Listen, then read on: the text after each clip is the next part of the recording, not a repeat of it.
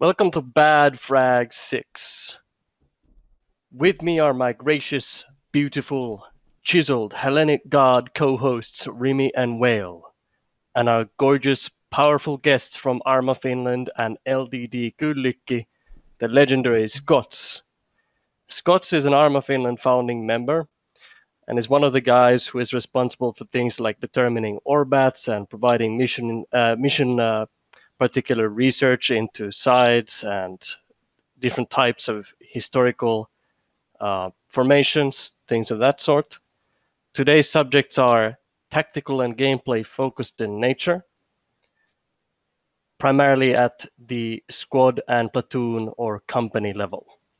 Our first subject is something you found yourself admiring in another ArmA PL or COY commander, which should be an interesting subject when it comes to both TVTs and co-op games. I'm just going to praise Svir for a long time. Sure. Before I do that, Svir, I'm going to introduce the other topics just so people know what we're covering today. Okay. The first topic, as Svir mentioned, is things we might admire in another ArmA leader. Since most of us have done leadership very commonly, I know Svir and Rimmy have all the time. For the second topic of the day, we're going to talk about the AI shortcomings that come with ArmA 3 and how we have to work around them as tacticians, whether we're planning at platoon, company level, or above. Most of the experience that Svir and his friend Scottz here, hey Scottz, will be bringing to the table is from the perspective of TVT players, but co-op players make plans too, and their plans may be a little limited, hampered, or just involve planning around the limitations of the AI. If, for example, well, I'll get into the examples once we're actually talking about the topic, but the last two topics of the day are, third, dealing with limited radio comms when you're a platoon or company leader, which is a problem we face very frequently when the mission designer sprinkles in a little less radios in the mission, or when the radios break entirely, which happens from time to time. And the last topic, topic 4, which we may have time to cover, not sure entirely. If we could teach a first-time ArmA platoon or company leader just one thing, what would it be? So 4 topics on the board today. Most of them are about high-level leadership. First topic, as mentioned, was something we might admire in another ArmA platoon leader or company leader. And Svir, if you wanted to start us off or pass it to Scottz, either one, it's okay by me. I like how Whale started this sentence by he was meant to talk about the topic, he changed it, and then tried to toss the topic off. Svir gave you the you the start there, mate. Oh, he did. Okay. Yeah, he did. Don't pass the buck on me. What a football. Bloody hell. Well, it's not a problem. Yeah. What I have as notes here is that I was going to admire Svir a little. So I was going to admire Svir as well. I think No, Sevir's just going to don't. get a big fucking ego here. Don't do that. My head's gonna get really big. Okay, so in that case, I'll talk about a feature, and this is something else I have scribbled down, that I found in other leadership, that I found in other leaders in ArmA 3 without necessarily naming names, because there's a lot of people that come to mind when I think about this. Being proactive and reactive, which is something I touched on last episode when we were talking about mission design. A good feature of a good leader, and something that I myself don't always hit on the head, is being able to both plan ahead and change my plans as the operation goes on. And not only reacting to, say, changes in what the enemy is creating, like as conditions of the mission change because you take casualties, or the enemy has moved positions, or their composition changes.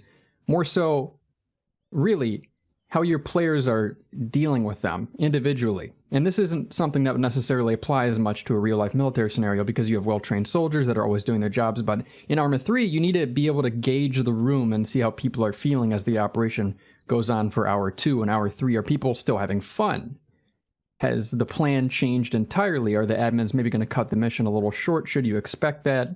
What level of seriousness are people displaying right now? How much capability do you have from your soldiers as a platoon or company lead? And maybe should you take a few steps back and let people do a little more leadership down there? Maybe you're going to maybe there's a necessity to micromanage a little bit to get the op over with. Being reactive is, I feel, a little underrated when people get so hardened into their habits of being a platoon lead that always does this kind of plan, this kind of thing with this level of seriousness. because they've come to play, with the unit that they play with every week, and they're very accustomed to it, and they go somewhere else, and it might not always work the same. My perspective is someone that goes between different units all the time, and consequently I've found that being flexible like that is a trait I don't see nearly often enough. But I do see it sometimes, and lately I've seen it a lot more from coalition members that have been going between units and trying out new things with ArmA Finland, in-house at coalition with the big CCOs, and honestly, I quite admire it. And I was going to mention how I also admire that in you, Svir, but I've covered it plenty. I've covered it quite a bit. Did you have any thoughts, Rimmy, Svir? Well, I could definitely step in there for the... I will say, if I'm trying to name someone who isn't Svir, I cannot remember his name right now, and I'm very sorry for it because I was talking about Svir, but the lead of CCO 7, where we played as the Insurgents, was quite good. He basically repurposed his assets. That was Llama. Llama, there you go. Llama repurposed his assets very well, and also managed to keep control of things when there was some weird sort of counter commanding going on in comms at some points, which was really quite unfun. But he managed to take back control, and basically he made the most out of a significantly reduced force, turning it into a serious fight. But no, the thing I was going to say about Svir is just I've never had an easier time as a squad in an op than CCO 8 okay. Easier time as a squad lead, reporting to my platoon commander, not as a squad lead actually leading my squad, because that was fucking awful. But the actual whole experience of having target reference points, of having a clear plan, of knowing, what our general goal of everything was set up beforehand was brilliant. Being able to simply say, we're at Alpha 3, enemies at, Alpha 6. Please help, dear God. And that sort of thing. It was rapid, quick reporting, and it was relevant to the terrain. It was absolutely beautiful to see. It's something that we can't really always do in a what's called a co-op, because we just don't have the time. Sort of the time investment versus the reward we get out of it. Because, it's not a 6-hour op. It may be only a 3-hour op. And we do, 2 a week, or maybe even, 3 a week, because recently we've run quite a few. We're not going to have enough time to get a full bloody sweets map marker set up to mark down all those points. But when you have them, God, it's nice. And it is especially nice for... It's sort of something that... God, who was it? My recon guys in Global Mobilization, Operation Charge Down. So my recon team in that... Oh, sorry, it wasn't my recon team. I was actually tank platoon commanding that. So it was Turbo's recon team. They marked various AOs, and they just had... they just put a box in this, and that's AO. So what the main thing is, we had a place called AO Spook, which is this big forest that had a lot of Russian tanks in it. And we know we didn't want to go there, which was great because it saved us from every time we mentioned the AO Spook, which we had to mention a lot. It saved us from just going, do you know the big forest west of Roche? Yeah, don't go there. Yeah, guys, we're going to the big forest west of Roche, which, shortened down to AO Spook, is much nicer. And we all had a much nicer time actually knowing where those tanks were. That made life significantly easier for the boys. And then we drove ourselves into a river. Good times. I think Svir or Scottz, do you want to... got anyone you particularly love? Sure, since we're going clockwise, I might as well start. I'm gonna speak about somebody from ArmA Finland because of a recent experience that I had with them, and the experience keeps repeating itself, and the leadership is always fairly quality. So there's a person called Joel in ArmA Finland. Whale knows who Joel is. We played together in CCO9, but the reason Joel is extraordinary isn't just because he's a good in-game leader, but because he uses the expertise he has as part of his profession in his leadership. And I'll explain how. In CCO9, Joel was not a platoon lead or company lead, but he was a vital part of what made those platoons and company work. He was part of the company command structure as the artillery battery leader. And when we began planning for CCO9, for reference, if you guys aren't familiar with what CCO9's theme was, it was an airborne and amphibious invasion of the Colleville region in France on June 6, 1944. 6-hour-long operation, TVT, Germans defending, Americans attacking, naturally. The Americans could have just said it's D-Day, and people. I could have just said it's D-Day, but I love the sound of my own voice, so I'm not going to say it's just D-Day. But D-Day mission, Americans had indirect fire support. Joel was in charge of the indirect fire support. When he got that slot, he came up and said, Svir, how many grenades do I have? And what do you want me to do with them? I gave him a brief explanation as to what to do and what I wanted, gave him the company combat plan. He disappears for a day, comes back. He's gone and grabbed actual firing tables from the Finnish military, created a custom range table that worked with the custom modified 105mm howitzer that Coalition used based on the muzzle velocities of the shell. He ranged out the whole map. Had Insane. arranged out Microsoft Excel based solution that allowed him to calculate firing solutions every 100 feet. And he said, I can hit anything you want. I just And love he that. did. He organized his section as follows. He had gunners, loaders, and one bookkeeper. And the bookkeeper's job was to record every fire mission in a firing table. So I actually know how many grenades Goel fired during CC09. It was over 1,000 grenades over 6 hours. 1,000. Yeah, 6 hours, Jesus Christ. 1,000 grenades, and something like 250 targets prosecuted. And the guy, after it's all over, posts a picture of his setup. He had 3 monitors on his desktop, one with the Excel, one with all the target points, one with the game on it. And I was mortified by his dedication. And for Yeah. reference, this is the guy who, when he PLs and when he does COY stuff, he actually uses the for ArmA Finland members, it's more familiar naturally, but he creates his briefings and his plans just like how you typically would in the military. They follow the same sort of like formula. Op-ord. Yeah, Opord. It like Scott said, he even uses the accurate colors and font type. It's stupid. It's fantastic. You just copy pastes. No, we've got a similar thing with our guys. Mortarmen in our unit are pretty damn well respected, and after every op where there's a big mortar or a howitzer group, they always post their bloody logbook, which is significantly less pretty than one he posted, but it's generally just a hand drawn logbook of like, all right, we're striking this. This is the direction. This is the grid or whatever. This is the elevation we're going to use. It's great fun to see that stuff. Scott, It's fantastic. you got anyone you admire who isn't severe? But I just want to shout out Svir because he has balls. Balls to do tactics that would be otherwise some might not consider viable. But otherwise, yeah.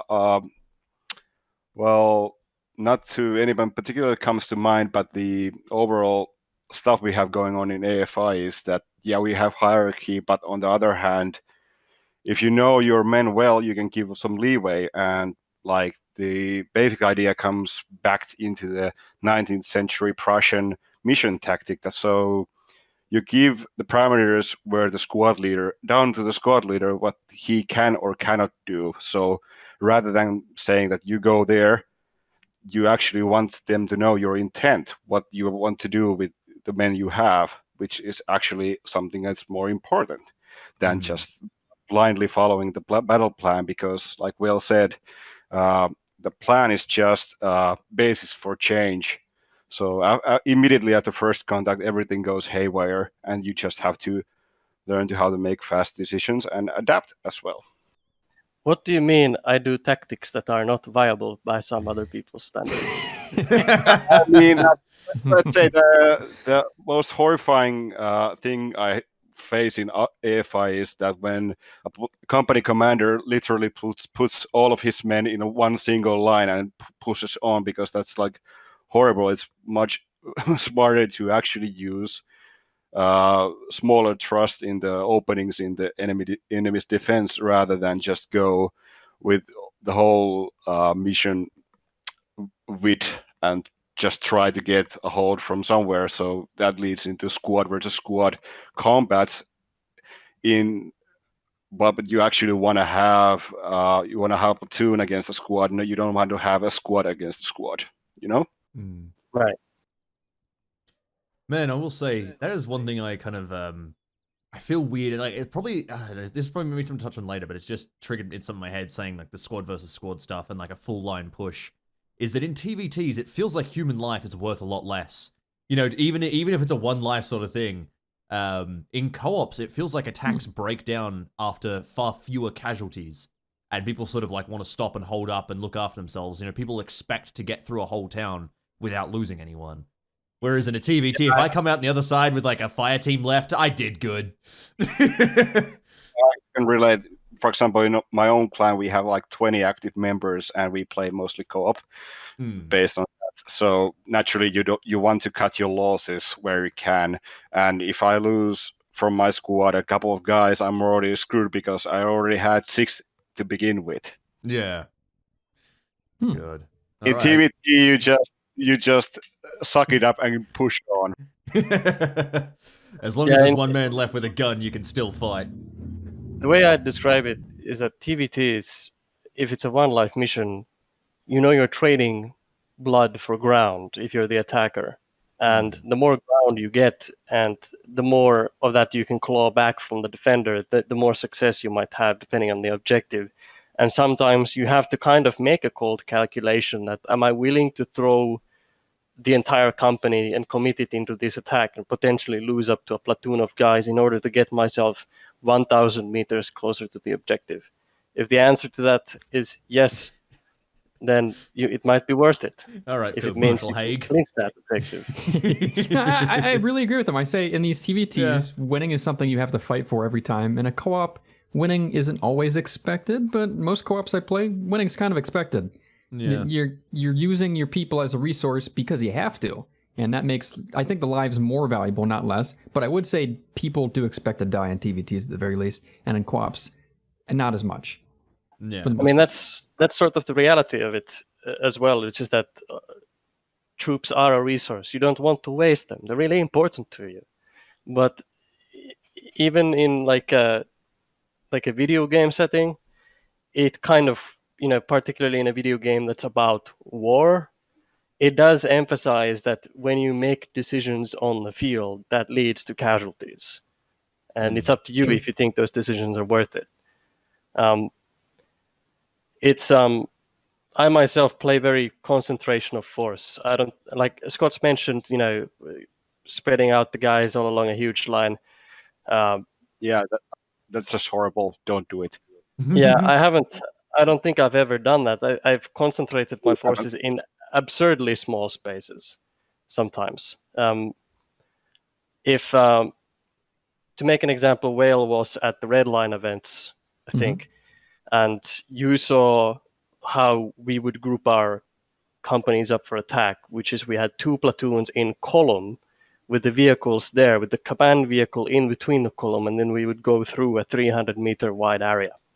And that's concentration of force. That wins games in TVTs, because oftentimes what happens is, like Scott's mentioned, attackers don't just do the stupid full line push thing. Defenders do this thing as well, where they throw their entire defense up on a big old line, and they hope that they can pull back in an organized fashion once they spot where the enemy axis of attack is coming, but they often can't because they get trapped in combat with the attacker.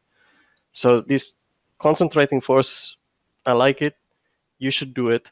Sometimes it results in a lot of people dying, but trust me, it's worth it in the end. Usually wins fights. Or might result in the enemy just walking around you. That too.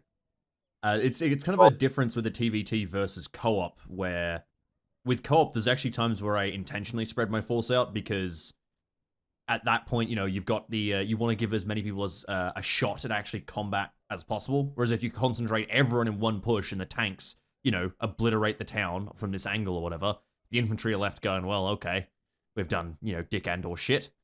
So generally, you tend to spread out a bit more in co-ops. Yeah, I agree. Just to give yourself a little bit something more to shoot at. Whale, do you want to? Absolutely. This is all a really good segue. We're talking about the differences between co-ops and TVTs, and I'm about to take us into the primary difference between co-ops and TVTs, which is the ArmA 3 AI.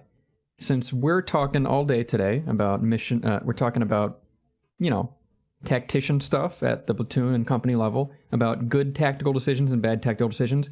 what weighs into those is definitely the enemy forces you're fighting. And in co-ops, which all of us have a little bit of experience with, some of us have more experience with, I'd say ArmA 3 AI are very much in the spotlight. They are the reason why, for instance, Rimmy just mentioned making sure the players have fun. They are the reason why we might not have to worry as much about any counter push unless there's a Zeus. And just to introduce the topic, I think I'll start talking about... No, actually, I'll introduce the topic and I'll let you guys start, and then I'll get into it. ArmA 3 AI shortcomings and how we work around them as tacticians. I would say we're looking for what you guys think the AI has or hasn't that weighs on your decisions when you're planning at the platoon level. Does anyone have anything they want to jump in with? I've Sure. got a lot, but I'll let someone else go first. So Yeah, I'm kind of nibbling at the bit too. yeah. I might have something to at least start this off with, and then you Sure. guys can lead into it. Okay. So, the big AI shortcoming is that AI doesn't think really at all. It makes decisions based on program parameters that are preset. It is a machine. When you're fighting humans, sometimes humans do unexpected things. Humans do intelligent things. They choose better routes for advance based on coverage of foliage, concealment, cover. AI, on the other hand, while some AI mods enable that type of behavior, they don't do it quite as well as a player. Their movements are still clunky and fundamentally robot-like. If we remember back to the days of Operation Flashpoint, the ArmA AI, fundamentally speaking, still does some of the same things that we saw in that game. So the great shortcoming is that I would describe them as less proactive, always more reactive. And it can do tricks like they can react to your attack by launching a flank. They can react to your attack by dropping indirect fire on you. But they never do anything proactive, like regroup all of the remaining forces on one particular flank and then launch a counterattack into the depth of your attack. That in practice never happens unless a Zeus does it. So that is something that you can plan around when you're making co-op plans, because you know that the AI isn't necessarily going to be behaving like what you would expect that size of a force usually would. And that's an advantage when you play co-ops. On the other hand, there's a lot more AI than there are players, because if you're playing a big co-op operation with Zeuses, you can always get more. If it's going a little bit too easy, or if the plan is working too well and you want to throw a wrench in the machine. That's really my take on it.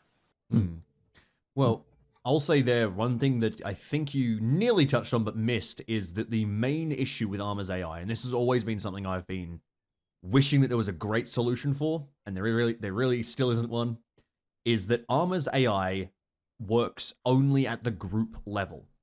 Per vanilla ArmA, there is only one function I can think of that even looks beyond that level, but every group is basically a self-contained army. They don't talk to each other, they don't coordinate with each other, they don't, I think they do share information, but that's for the guard waypoints, and various mods do as well. But basically, there is not even a platoon commander. It is only the squad leads. It's basically a bunch of squad leads all trying to figure out how to fight a war on their own. So you will never get those situations in which they group up on a flank and attack you or whatever, even if they were capable of doing that, because they aren't capable of recognizing that their friendly groups are in the same army.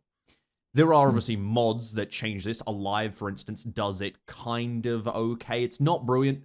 Like, Alive doesn't do a brilliant job of obviously commanding the enemy force, but it still makes an attempt. If the enemy sees, a big blue 4 attack, it'll send a lot of groups to counter you. And then those groups will take over from their group AI, and then they'll try and fight you. It's the strategic AI is actually sending an attack against you. I would love for the day for there to be an actual overall strategic AI, but I think that would require a whole separate computer to handle, and probably kill every server out there. Instead, something that I've actually been working on a lot for my latest up, the thing I was just talking about, Whale, a lot of the strategic plan, a lot of the strategic mind has to be faked by a mission maker, and I think you can clearly see when mission makers don't do this.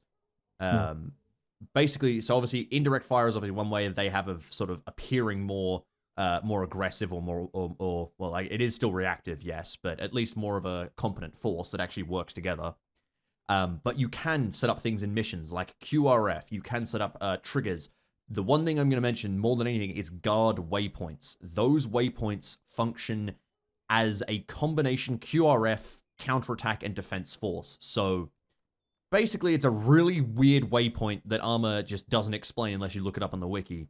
If you send units on a guard waypoint, what they'll do is they'll look around the map for guarded by triggers. So that's a specific type of trigger. And what they'll do is they will travel to it and they'll just sit on that trigger and guard it, right? So it looks like they've garrisoned an area. They stand in perfect formation on it, which looks kind of shit, but anyway. And at that point, anyone who's left over will just stay on their guard waypoints.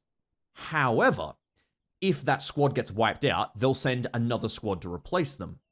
If you put the guarded by waypoints in enemy lines, they'll keep sending squads to attack those waypoints and try and take them over. However, there is another function that also exists with it, which is still the weirdest thing, is that they will do sort of side-based QRF. So, if anyone on their side spots an enemy, and it's within a reasonable range, and they can take it on, so they, if they say they report, we see 4 enemy soldiers, the guys on the guard waypoint may actually respond and go and chase down the report of those enemy soldiers, not their actual location, just where they were reported to be. So it's kind of like a searching QRF. And the other thing is that they will consider it. So if there's only a report of, 4 or maybe 2 enemy soldiers, they won't send a tank. They'll send the infantry squad. Or, maybe they'll send an MRAP instead. And in that sort of fashion, with comboing all this sort of stuff, triggers, QRF, you've got, reinforcements being spawned in, indirect fire, all this sort of stuff put together, you can start to create an AI that feels like it has a strategic mind, even though it probably never really will. You are always going to be hampered by that. Even LAMS, as much as I love it, functions at the group level. It can share information to other groups, but it's still just telling other groups. I think VCOM is one of the only mods I know where it actively gives other groups orders based on what one group is doing. But even then, it's kind of just an imitation. They always, they set a waypoint behind you to flank, and then they let the group AI do the rest. With VCOM, the group AI is enhanced, but nonetheless, it's kind of just a flanking waypoint, and that's it. It is an imitation. Well, the some group, kind the of one higher I'm talking level about thinking. for VCOM is that it will call in friendly elements when it's feeling like it's under attack. Or it's like when it's feeling but it's just, it updates the knows about, so the other units know, and then maybe it sets a high level waypoint where it tries to flank you. You're confusing. That's LAMS. LAMS sets knows about. VCOM actively gives waypoints to their reinforcements, which forces them to come in. That's the difference. Yes, that's I said both, but I guess the knows about, if that doesn't happen, of course. No, knows about is a LAMS system. The idea is LAMS is trying to be more hands-off and let the AI function on its own compared to VCOM, which is actively interfering and giving the AI orders. I think... I did interrupt you a second there, so... Yeah, all good. Finish your thought. Just as for like working around them as a tactician, it's obviously a lot easier. You can make... assuming, there isn't a Zeus actively trying to punish you, which I feel is always unfun. That's kind of the problem you have where...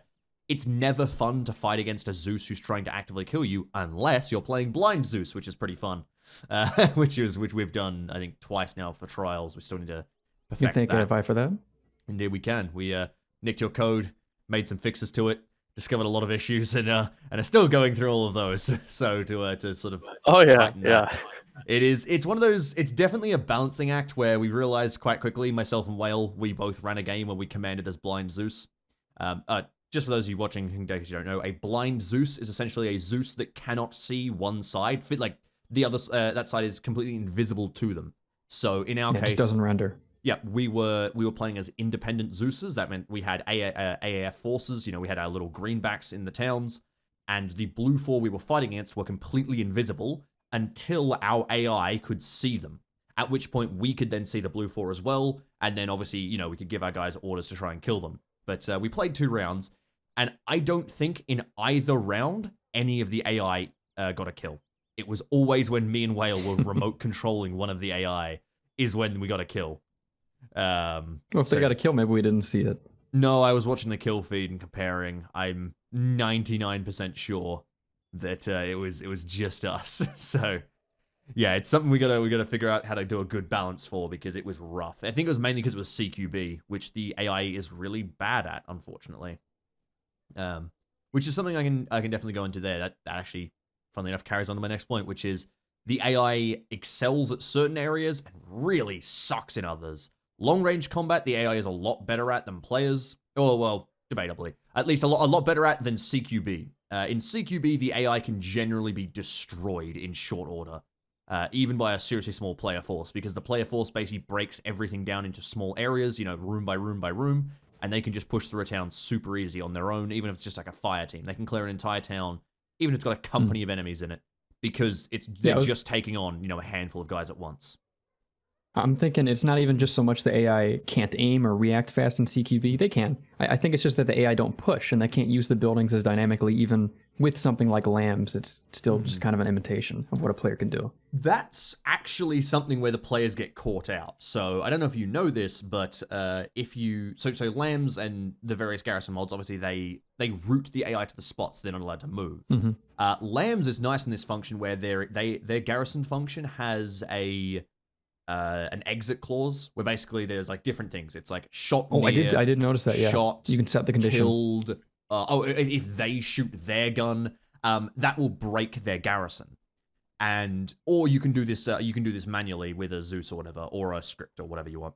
And they start wandering out of the building, and they might catch a player with his pants down. That's exactly what it is. Players never expect garrisoned AI to actually start moving, and the amount of times I've had guys clearing a town, they're doing fine. They've wiped out 30 AI up to this point, and then there's just like 5 guys left at the end. I just release their garrison, and then they just walk out the door and spin their guns on the players. The players just aren't expecting AI to actually move through a town, that they get caught out every time. And I always see people just get gunned down by AI, walking out the back door, walking around the corner, and just unleashing a burst on the players. It's kind of, people get used to playing against a specific type of AI. It's the whole joke about, friendly wiggle is just, you can tell the difference in movement and controls of a player to an AI sort of thing. And that stiffness that an AI moves with is a disadvantage in CQB.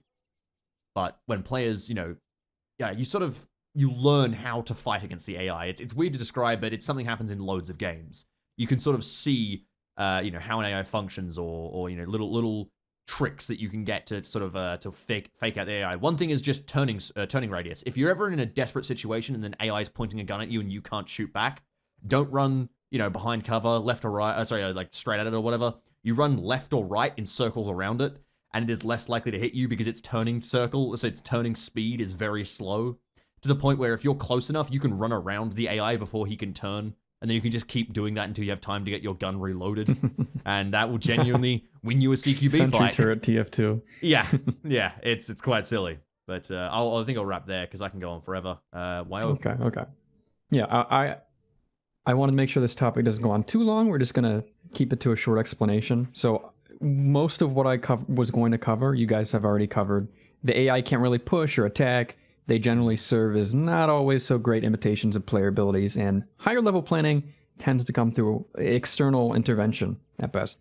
I would also add that AI are usually hampered a bit by settings on the server. It depends on the unit you're playing with, but sometimes there are lower health values for the AI to avoid cheapness or whatever, or lower skill values, and it generally turns the AI into threats, but not huge threats.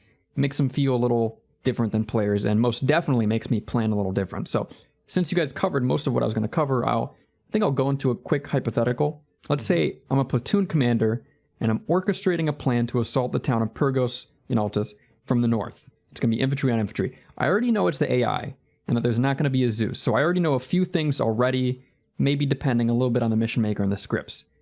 I know the AI, as mentioned, aren't going to attack back. We have all the time in the world if we want to recon the town, barring the players getting a little bored. We can move in at our own pace. We can clear out whichever section of the town we like, and at most we'll have to expect a few counterclockwise patrols with repeating waypoints that have been there. So as long as we keep our guns up, and as long as we keep our wits about us, it doesn't really matter if it's like 10 versus 60. We can slowly trudge through it. With respawns, without respawns, with good medical, without good medical. We could do it no matter what. I feel like when I'm planning as a platoon commander in a co-op, I'm not really fighting players, and that's natural. I'm not. I'm fighting AI. I'm kind of fighting a system. It could be fighting VCOM, where I try to plan around what that capability is, or I could be fighting lambs at the low level and alive at the high level, and I just have to plan around the capabilities of that, or a mission maker who uses triggers, and I just have to think about what they might do. But ultimately, I'm not fighting something that can change or react to me. Once I figure out what the system is, I have figured it out. And usually it involves a whole lot of not being able to attack me back, and a whole lot of not making any higher level decisions, which narrows a lot of things down. And ultimately, for that Pure Ghost clear, all I have to do is clear sector by sector and make sure my squads don't get lost. That's about it. Right. That's mostly what I have to think. If anyone had anything to add, or we could go to Scott's. Well, Scott's might have something.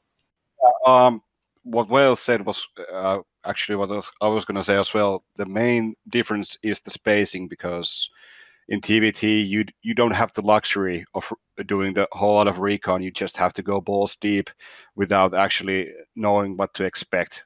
Whereas in co-op, yeah, you have all the time in the world, and especially if you can look up the mission beforehand, you can make the whole battle plan and have all it figured out.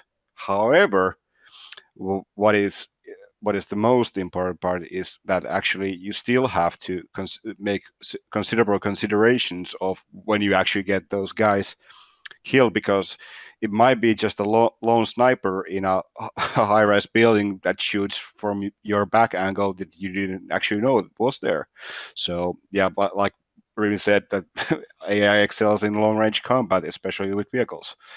But yeah, the spacing is kind of the thing that to an extent relates to the real life, because in TVT you move like a click in 5 minutes if necessary, whereas in real life you have to take actually more time and take into consideration many things. So in some respects the co-op imitates real life better than, let's say, TVT. While TVT, yes, indeed, it includes real players which make real mistakes, it's still a bit gamey, depending on who is playing. But yeah, I would say the best experiences what I had actually have been with actually capable Zeus's who liven up the AI. So that's really. And when you say that's your favorite experiences in a co-op, or your favorite experiences between co-ops and TVTs? Fair experience in co-op, I would say, still because TVTs, then again, it still offers something different compared to co-op. You feel like it's a different experience. Their own respects, because in co-op, I would say that I'm gonna go off topic a little bit, but as a mission maker, it should be considered that you just, when you're making a co-op mission, you are not just making a TVT mission with the other side switch to AI. You actually want to go through scenarios where the AI fits better. For example, the AI doesn't know you're gonna attack. The AI, for example, is actually quite better at being unexpected in terms of what you have available. Whereas there's this problem in TVT, the problem of perfect knowledge. So you know exactly who is there playing, what their equipment is, what their assets are available. Whereas in co-op, you might face something completely unexpected. Yeah, I didn't think of that. Yeah, that's a good point. The AI can be caught with their pants down, but the players are always going to know at the least how many other players they're fighting. That's the bare minimum. That's the differences, or the significant difference, I feel like. There was something I want to touch on in terms of the cheap feel AI, which you mentioned. I sort of, I said that that AI are better at long range combat, and there's something you also mentioned this for the whole like why players are stronger generally. And I was actually thinking on this the other night, where the thing with players, first of all, as much as I say AI are better at long range combat, I will say that the players are always infinitely, even your worst players are more accurate than the AI. If you want to see how bad the AI actually is, and this is intentionally so, put two fire teams in a field just facing each other and watch how long it takes them to kill each other. Their first bursts will always be like 10 meters wide and just hit the dirt, and then they'll shoot back and shoot back and shoot back and shoot back, and it will genuinely take like about a minute for these two fire teams just shooting at each other to kill each other. And you know that sort of stuff is often really, really ridiculous. Now, do you think that has something to do with the AI suppression?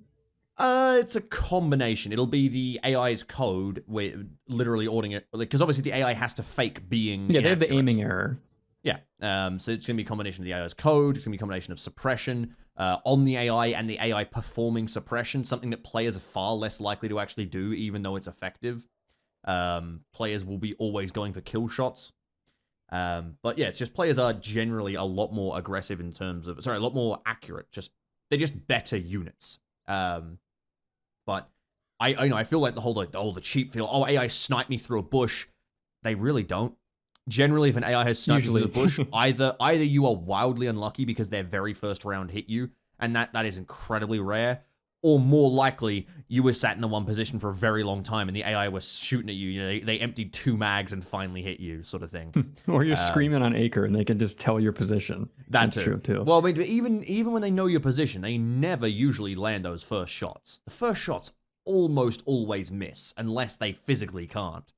The AI just aren't that accurate. Well, like once in a blue moon it does happen, but you got to imagine the same time you're in spectator screaming, "Oh my God, this player that I love just landed this random shot from a click away." Well, the AI get to do that too once in a while. They get to celebrate a cool random shot. Yeah, and you remember. You don't remember the AI missing 30 shots. You remember them hitting 1.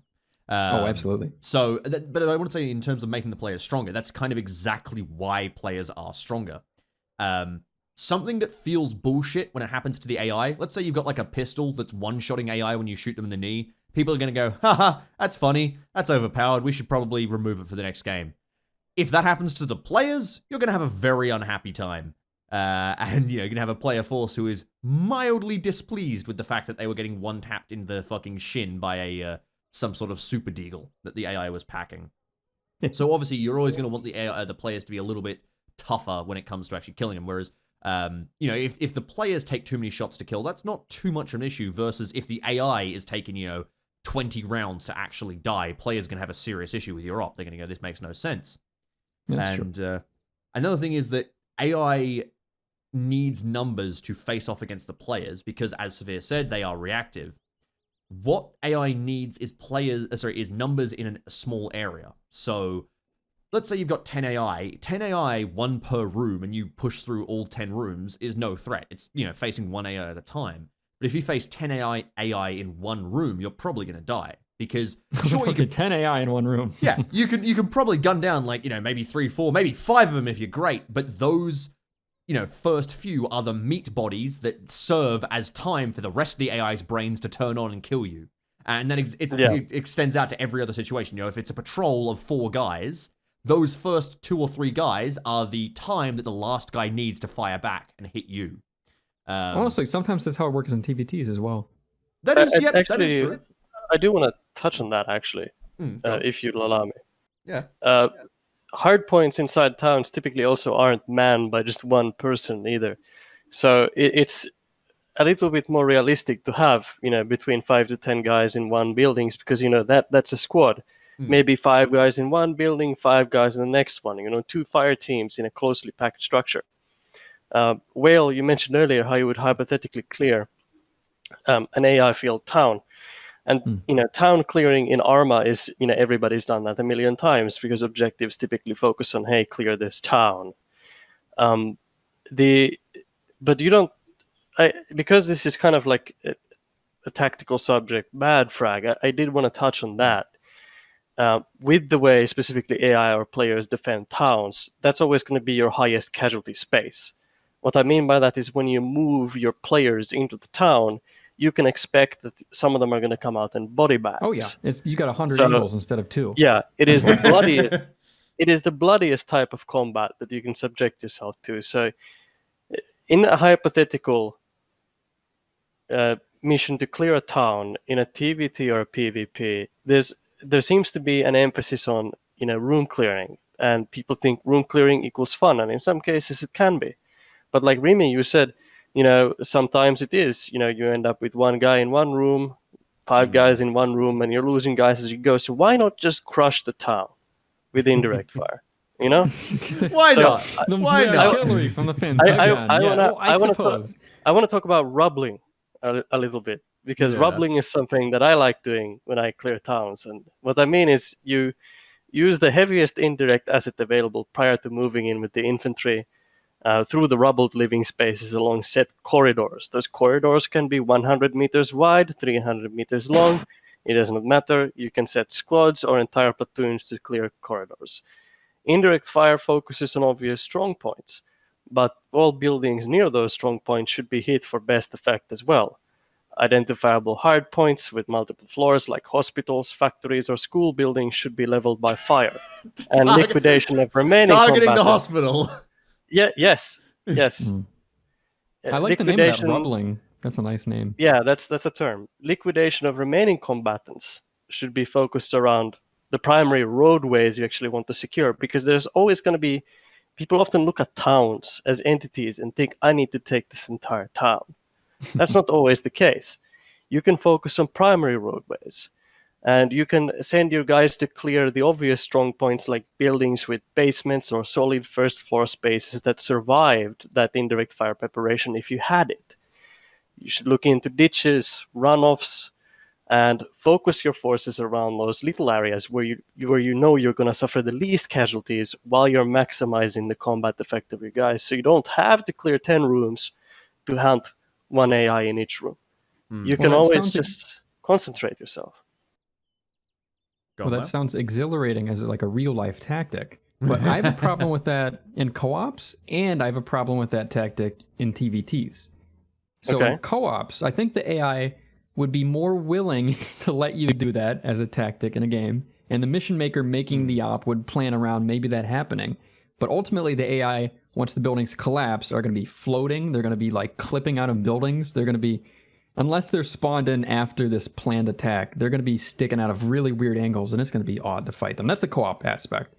For TVTs, I think what I mentioned comes true, where the players aren't going to want this as an aspect of their mission, as a fun factor. And it could be wargamey. It could be, fuck your fun factor. Let's just do it. And maybe they'd have some fun in the process, but if you're there as a prop to be blown up by artillery and then maybe come back and reinforce, or maybe just spectate the boys that survived, it doesn't sound super engaging to me, as fun as it will be, of course, for the attackers to see everything explode and then walk into the nuclear wreckage. The very non-nuclear, wreckage, and examine the corpses.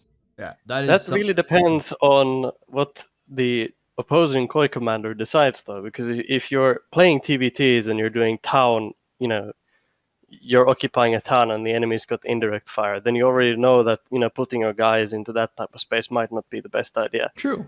You If were you there make it for the fault of the enemy commander, then the mission maker can put it in the op, where it is not guaranteed to happen. you were of there course. for the Red Lion stuff. I keep bringing it up as an example, but it's an example where we really had lots of artillery, and it worked out just fine. The reason being that the battle area was very long, in the sense that it had built-up spaces that were 800 meters long, like a little village spread out along a primary stretch of highway, with lots of places that infantry can hide. You could never collapse all of those buildings. Right, you can't collapse all of those buildings, but we collapsed the ones that we wanted to when we attacked, which is what really gave the infantry in that town the advantage. And obviously, getting blown up by artillery is not a fun experience in the sense that But getting killed isn't fun either, and it happens. It has to. yeah, exactly. But it's like that's when you're playing in a wargaming community like AFI, where the emphasis is on creation of circumstances that exist on a real battlefield, then sometimes it means that you might get hit by artillery. It might suck a little bit, but that's just how it is. Yeah. I'll step in there real quick. The act of getting hit in the face by artillery isn't super fun, but the lead up and the payoff, what happens immediately before and after, can be very fun. Is that when that is happening in a way that they can't respond. I disagree that dying is never fun. Dying is fun when you are in control of your destiny. Well, you can respond by leaving, but I would say Well, you're right in the sense that in What these I'm AFI saying- ops, they can't really counterattack the arty. You bastard! I'm about to give an exact example. Finish the thought. CCO9 was one of the most reported things in that operation I saw. I was looking at the AARs because I was like, man, I wonder how this went. I honestly was betting on the Germans winning that. I didn't realize, Svir, that you guys actually had AI power drops. That fucking changed the game. Holy shit.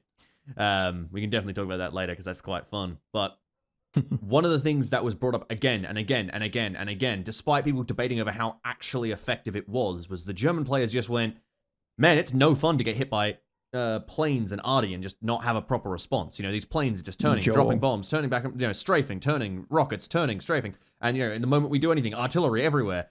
It's not fun because for them, there is no response. They just have to accept the fact that they are going to get strafed, bombed, and artilleried. And obviously in that case, it's not as bad because there is respawns. You can, if you get nuked, just come back into the op. That's fine. But in scenarios for those in which... listening, Okay. the arty was literally on an island. The Germans Yes, the counterattack artillery it. was physically on an island. It was practically off map. You couldn't get any more. They tried to off-map than counterattack it at one point by stealing one of our boats on landing. And I was in the P-51, and I just killed the guys in the boat, and that boat circled for the next 4 hours with the dead driver. It was really fun to watch That's it pretty go fucking funny. around. I actually want to touch on this with Scottz because Scottz will know what I'm talking about when I say this.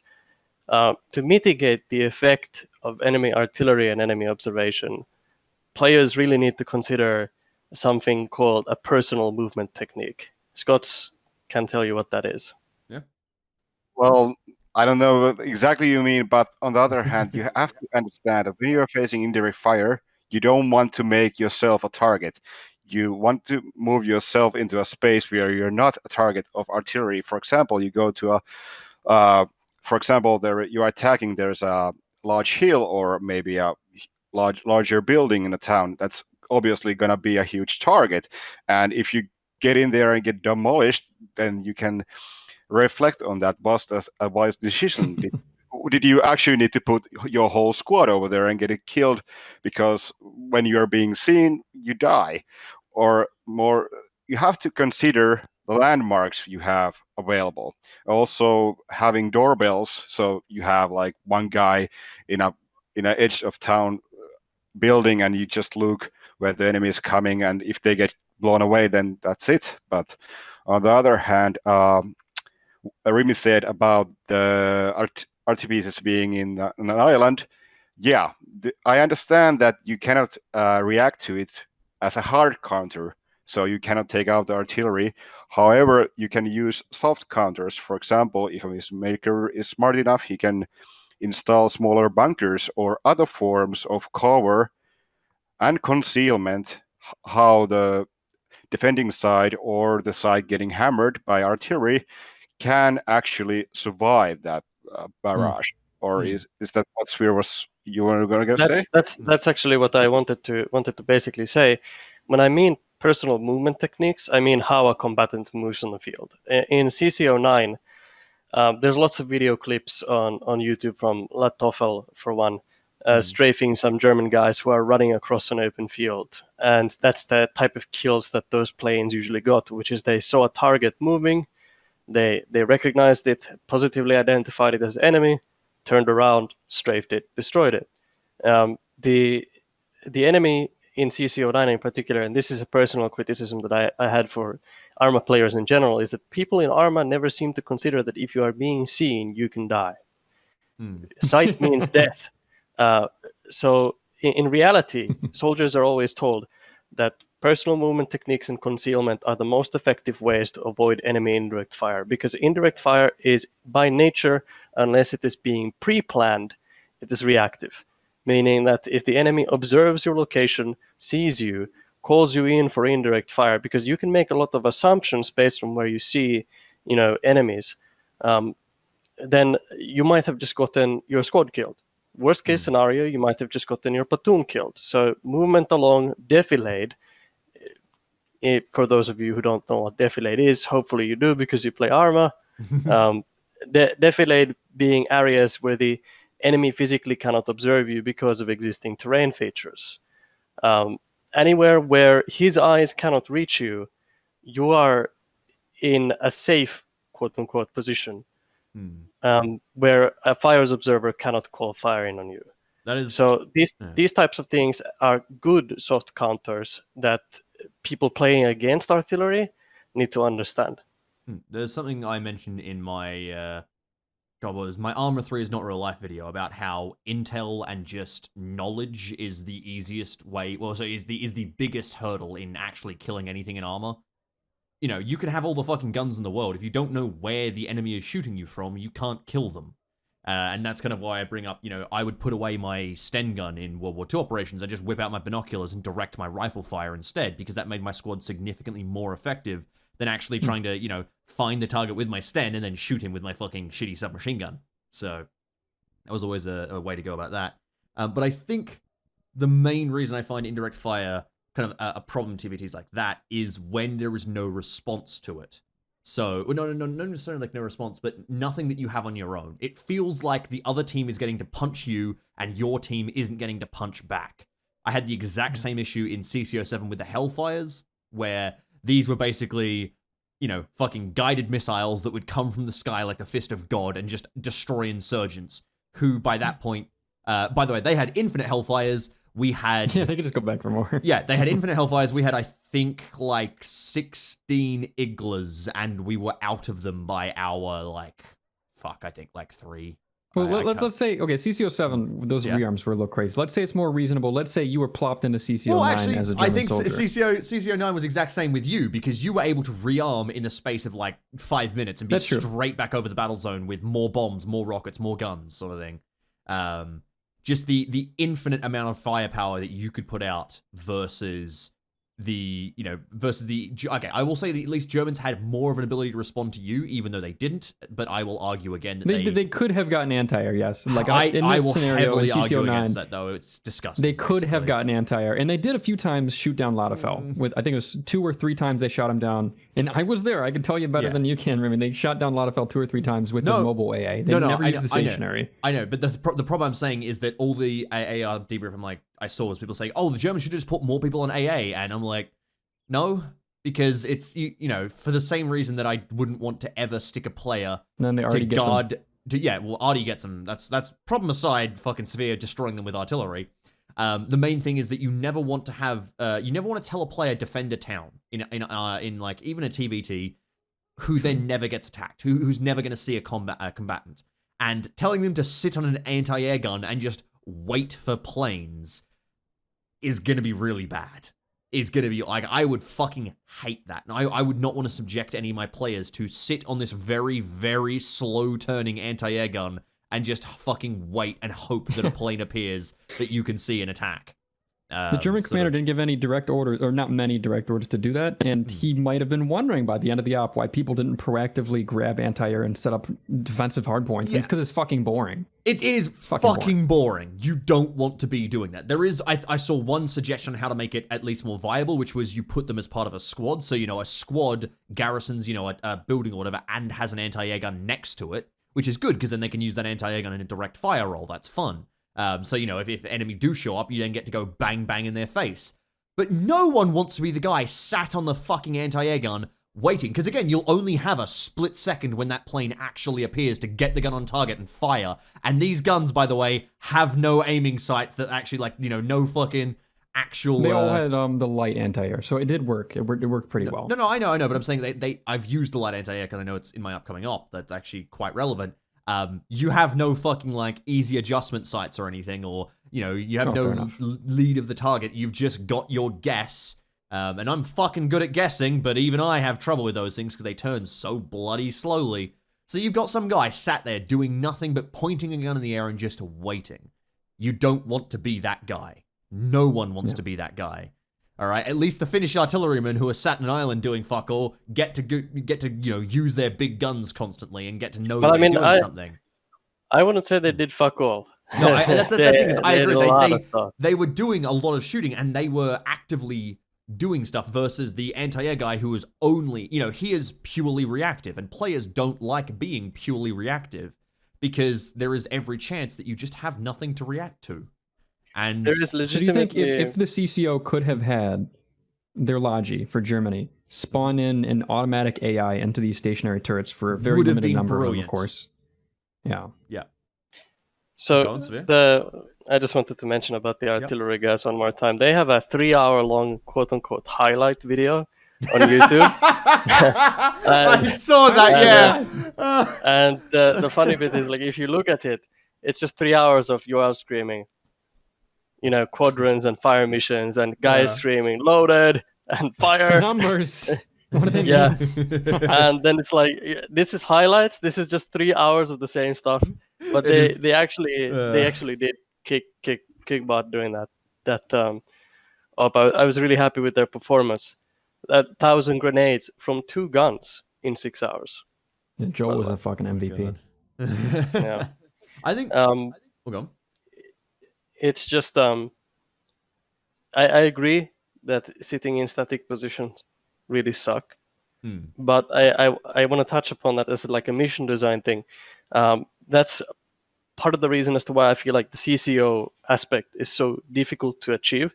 I really liked what CCO 8 was, because it had a linear advance path through which the enemy had to come. You didn't have to sit there and worry about getting back capped and keeping reserves in the rear, like massive reserves hanging out there just waiting for, you know, the eventual AFI flank to appear.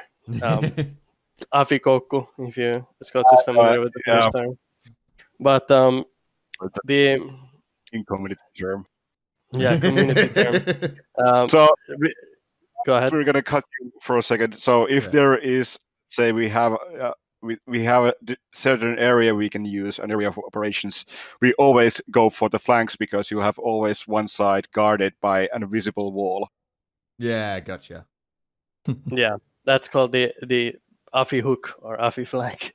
It's the most predictable every fucking time. Gamey It's maneuver. the most predictable maneuver you can do in an AFI game. But anyway, so what I was saying is I really enjoyed the aspects that they had in CCO8 with the linear advance path, because it enabled those players to actually get into combat. And I really feel like if we're going to go forward with more World War II stuff, which I really enjoy, and I'll talk about that later when we talk about, you know, or if we talk about radio comms, I feel like that's the ticket, you know. If we're going to do attack defense CCOs, then linear advances permit all of those players to actually get into combat and fire their weapon. And that's really important. Yeah. You mentioned this a moment ago. AFI's solution to this problem when they do their big TVTs is to limit the AO to pretty much a rectangle of some variety of shape. And the attackers push down, and the defenders usually expect to retreat back, and that is incentivized because the defenders usually have less people or less firepower against the attackers. As for the CCOs, I'd say maybe CCO 8 for me actually had a little too much combat as opposed to CCO 9, which for some people might have had too little. CCO 8 was just, I mean, it could have been because of the limited frontline respawns we were exploiting a little near the end of that, but it was just on.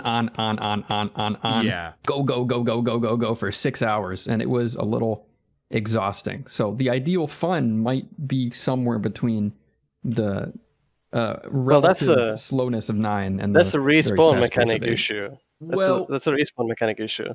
I'll disagree with Svir here on CC8 being good. I agree that there is a great nicety to limiting the AO of advance. That way, you know, you have to go through this sort of, at least, you know, few kilometer wide thing. Well, no, even few kilometers is too much. Kind of, you know, 2 kilometer wide thing is, you know, that's the AO, you know, that's where you're fighting. It means that you don't have situations where you have to guard a town that's, you know, all the way back on the western side, because if you don't, they can send a single squad and capture that objective sort of thing. I agree that that's nice, but CCO8 had the exact opposite issue where the fight was literally over one building for about 5 hours of that operation. The terminal on Altus became a fucking death zone. I think if you had a fucking like death map for where people died on that, the terminal on Altus would be fucking glowing, right? Because so many people were just thrown into that terminal because it was the only only place with cover and only place where you could actually get in and start capping the zone.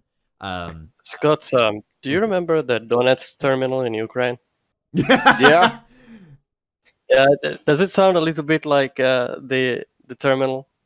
Yeah, but yeah, you haven't considered the most logical course of action. You blow up the terminal. If the we most- They fucking tried. could Collapse that fucking building. But I you wish cannot. I It's could. invincible. You can't. It's Invincible. invincible.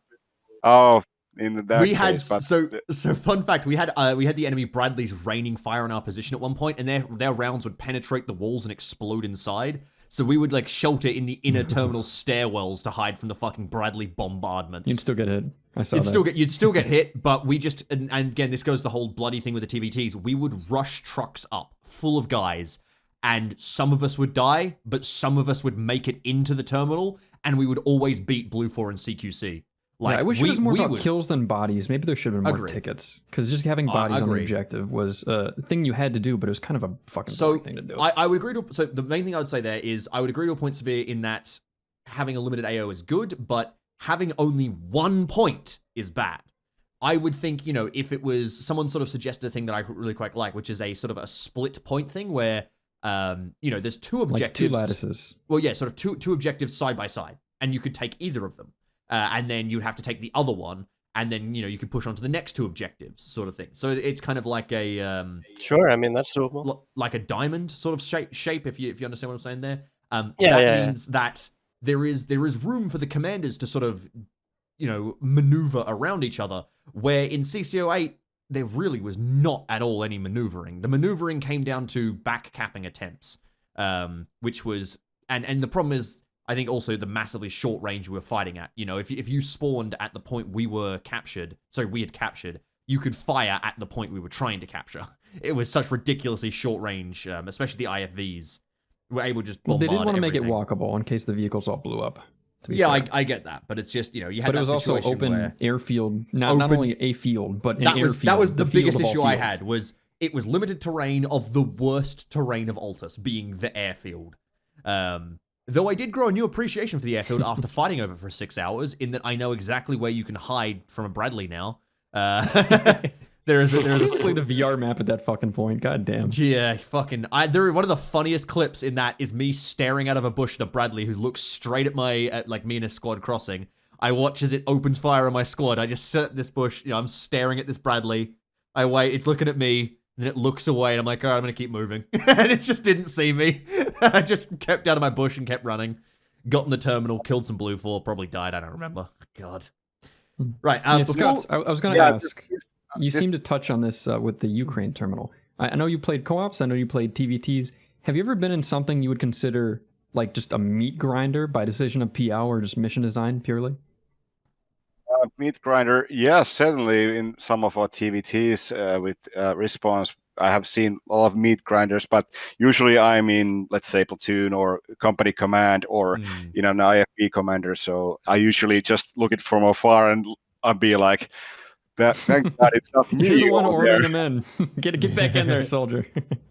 I think I rather fight with my binos and my radio rather than my rifle. You stay alive that way. Go on, Svir. I did want to mention... go ahead. Oh. Yeah, one thing I would like to mention, Rimmy talked about the terminal, this comes down to a little bit about mission making and mission editing, that you actually have to consider like what is the purpose of the objective. You don't want to take over a town because it's a town. It needs to have some sort of value.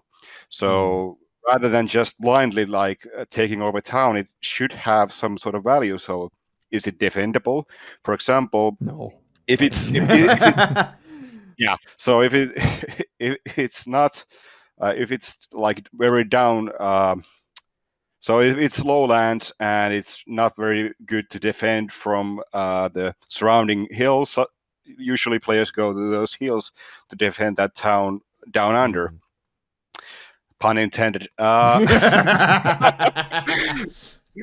but yeah, this is something like the mission editors need to consider, that what is the value and what the objective of the mission is, rather than just of course, you can just say that we fight over a town, but it needs to have some sort of functional value, that why you want to take over that town, instead of just, well, we're just going to go there and fight. So if it has some tactical value, it motivates players to actually do something for it, like you mentioned, taking over the terminal, because it provides cover in that particular terrain. And it makes it a more fun fight, too. Yeah. Svir, sorry, you had something to say? So... you asked about meat grinder as well. probably CCO8 was not even that big of a meat grinder. Bullshit. Oh, When it- bullshit. When it comes to We when it had comes to meat fucking grinders, respawn I've, It vehicles. was planetside. Sorry. hold on, Go ahead. hold on. Yeah. You have not seen the things I have seen. You know? You've seen gunships on fire over Tannhauser Gate? Yeah, exactly. C beams, you know, glistening. Fuck, I can't remember how that went. But that was a fantastic movie, by the way. But anyway, when it comes to meat grinders, probably the bloodiest. Not just because of the people that, you know, players that died and how many times they died, but what the fighting was like was the Battle of Hakamaki events with AFI and multiple international World War II, right? communities. World War II, yes. Mhm. I think you might have been there. I was both. Yeah. And there was a central hilltop in the center of the battle area that was meant Was it to the one be with the taken. ruins? Sorry to interrupt. Yes, the ruins. Yeah, fuck that And place. yeah, well was there multiple times. But it came down to basically when the Germans managed to penetrate the first line of defense of the Soviets. What ended up happening is the Germans took their entire company, arrayed it across the entire length of the woods, and then began advancing through the woods with the intent of clearing those trees. Obviously, that's something that you would want to do in reality because it's such a short tree line. Like, it's not very wide. You can actually have your entire company's frontage in that area, and that's plausible. You can do that. But you typically wouldn't do that in the attack. You might do that after the attack has gone through. And what ended up happening is that as a result, the Soviet defenders were able to reorganize. By the way, I'm going to give myself credit for doing that. Staunch defense inside the Hakamaki woods. And it was a blood bowl for almost 2 hours of constant back and forth counterattacks, flanking maneuvers, and just literally human wave charges through tree lines with bayonets affixed. And we would throw the Germans out of the woods, and then the Germans would come back into the woods and throw us out of the woods. And that kept happening for a solid 2 hours. And the object clearing was only running something like every hour. So every time you went back into the attack, I personally didn't die that many times. I was just sending my guys to die. I would look through my binoculars and see the bodies stacking up. Wait a minute. Like three I or feel four like high. I specifically remember your voice, but this was before I really met you. I felt like a fortune teller when I say this, but I vaguely remember a small set of rolling hills with slightly clear, slightly forested terrain leading up to this ruined hill, and you telling like a second squad fire team who just respawned separate from their squad lead to just get up there and get back past that hill and push westwards where it got a little more steep. Does that sound familiar to you at all? Yeah, that was me. God, that was probably you. That was so long ago. I was acting before as we even met. the political commissar of the company, and I was blowing a whistle and waving my arms and trying to get the guys who literally had a didn't have whistle. squad leaders. I did have a whistle, yeah. I actually still have a whistle. I use it nearly every time we play. Rimmy remembers CCO8. Yeah. But we got the guys together, reorganized the defense, found squads that didn't have squad leaders or their squad leaders had died, and tried to form a human chain on the hill to hold that position. Yeah, that was what I was going to ask you. I wanted to segue this whole thing and why I even brought up meat grinders. Before we move on to the next topic, how do you guys break these meat grinders you come across? And Severe, you were just getting into it. Oh yeah, I got some for Svir. Sorry, after Svir rather. Well, how do you break meat grinders? Well, the meat's gotta go in, the blood's gotta come out. Put more guys in. I have a slightly, This is a very slightly simple answer. better, That's better one way to do it. There are multiple ways to skin a cat. Fire. So Well, one thing Also, indirect fire.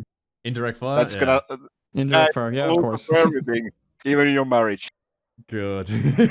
For me, one thing that I remember, I do want to touch on one thing before we skip over the whale, just in terms of how to make I was thinking about how to make the AI better, and that's something I'll bring up at the end before we switch to the next topic. We're still technically on the topic. Yeah. But one thing I remember as the meat grinder for us was we did Operation Market Garden, right? And we did A Bridge Too Far. So that's actually the trailer. If you go to my channel, you hear me going. Wasn't that mixed co-op and TVT? So it was actually, yes, but I can bring up basically what happened in that situation. So I was commanding the 30th Tank Corps, I believe it was, and we had to come down all the way from the north to link up with Digby in the south, who was the 1st Airborne. He was the British, and they were at their version of Arnhem, trying to cross the bridge and get across. And the biggest thing in that was that his Airborne were not doing good. Mostly down to bad squad lead. A squad lead so bad that after that operation, he left the unit, I think, out of shame. But that was an interesting time. That overall was a fun op, but yeah, that was the thing. So we had one of the serious issue he had was a Panzer just sat on the other side of the river shooting at his guys, remembering that he is airborne, aka he has nothing more than a Piat, and this bloody tank Panzer too. Yeah, it was a player Panzer, was sat across the river from him, just shooting at his guys. And his guys, he would get them into buildings, and after about a few minutes, they would just start getting a little bit antsy and just start leaving their buildings, and then they get shot with the Panzer and die. So, Or looking Did through Digby windows. shout at them, or am I remembering this wrong? huh? Was Digby even? Why? Who was the one screaming at them to get back inside? No, Digby ran outside going, "Get the fuck back in the buildings," and then he got killed trying to get his guys back into buildings because So they funny kept thing. just leaving buildings. Yeah, real quick, go.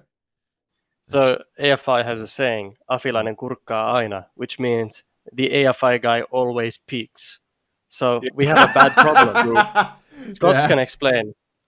For example, we were doing this up in it was Pakistan, so I was little bit co-pilot, and we were flying above the northern towns, and we see one guy in one building, so we shoot rockets and miniguns, and the building collapses and the guys die.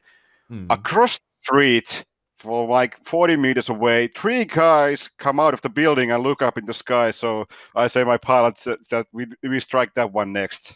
So that was AFI guys, was it? Yeah, AFI. So it was in community TVT. So yeah. Yeah.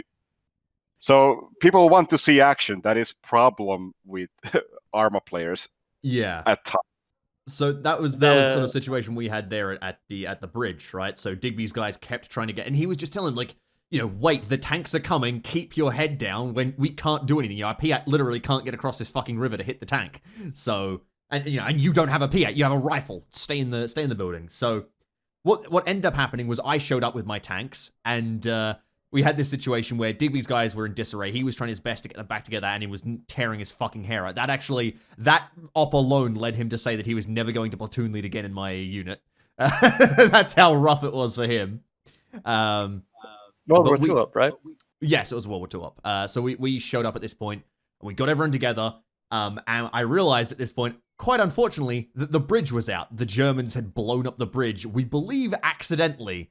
I think it was a Panzer exploded on it and resulted in the bridge detonating. So there was now no bridge, and it conducted possibly my favorite attack I've ever done. Where I showed up as a tank corps, and I went, well, shit, I sent my tanks north because I couldn't get them across this bridge. And I said, all right, men, with me. And we charged across the destroyed bridge. And this was with a Panzer shooting at us and all the Germans in the town across. It's basically a town facing a town with a massive river across, a broken bridge, and Panzers on the far side. I send my tanks north in order to do the best they can. They're trying to cover us as they drive, but they're going to jump across the other bridge and come down to help us. And which they're going to do in all good time. But for now, we were running out of lives and running out of time, and we had to get across this bridge and break the deadlock to get into the town and actually win the fight and basically take the other side. And what ended up happening was, in this little intro in my video, in my Fuster Clock, is that we sprint across this and we jump off the bridge into the water as this Panzer is trying to kill us. And we swim the rest of the way, crawl up the side of the bank, and just start knife fighting our way across, basically, the road, and then into the first building, and then into the next building, and then into the thing. And that brought across this momentum, basically broke the Germans' defense and got us in. I think the main reason... So the solution to the problem was jumping in the river, right? Well, it was just that I had to, someone had to have the balls to run an entire platoon. I had a platoon of infantry across a very dangerous place and just get them into knife fighting range of the enemy, because we were basically at a range where our weapons were ineffective and their weapons were incredibly effective. We had to get to the point where we were now on effective fighting terms with the enemy, and it cost a lot of guys to get there, but I got across. Rimmy, are you familiar with the Saint Nazar raid? Yes, Saint Nazar, yes. Yeah, you're familiar with the raid they conducted there. Yes. When you mentioned the bridge, I thought back to the British commandos about the platoon-sized formation that were forced to charge across this bridge raked by machine gun fire. And interestingly, that typically, even if that bridge is covered by machine gun fire, of course, people naturally think that it's a death trap. But these types of things can succeed if the attacker is committed to that attack and takes certain types of preparations. So they can actually, obviously, ArmA isn't real life and vice versa. But like tactically speaking, it is doable if the circumstances are correct. And I think the main thing is the choice is you sit there and die, or you make a push and maybe live. That was the situation we were faced with. At that point, the only choice was to make a push. Otherwise, we lose the operation. You know, there was nothing else we could do there.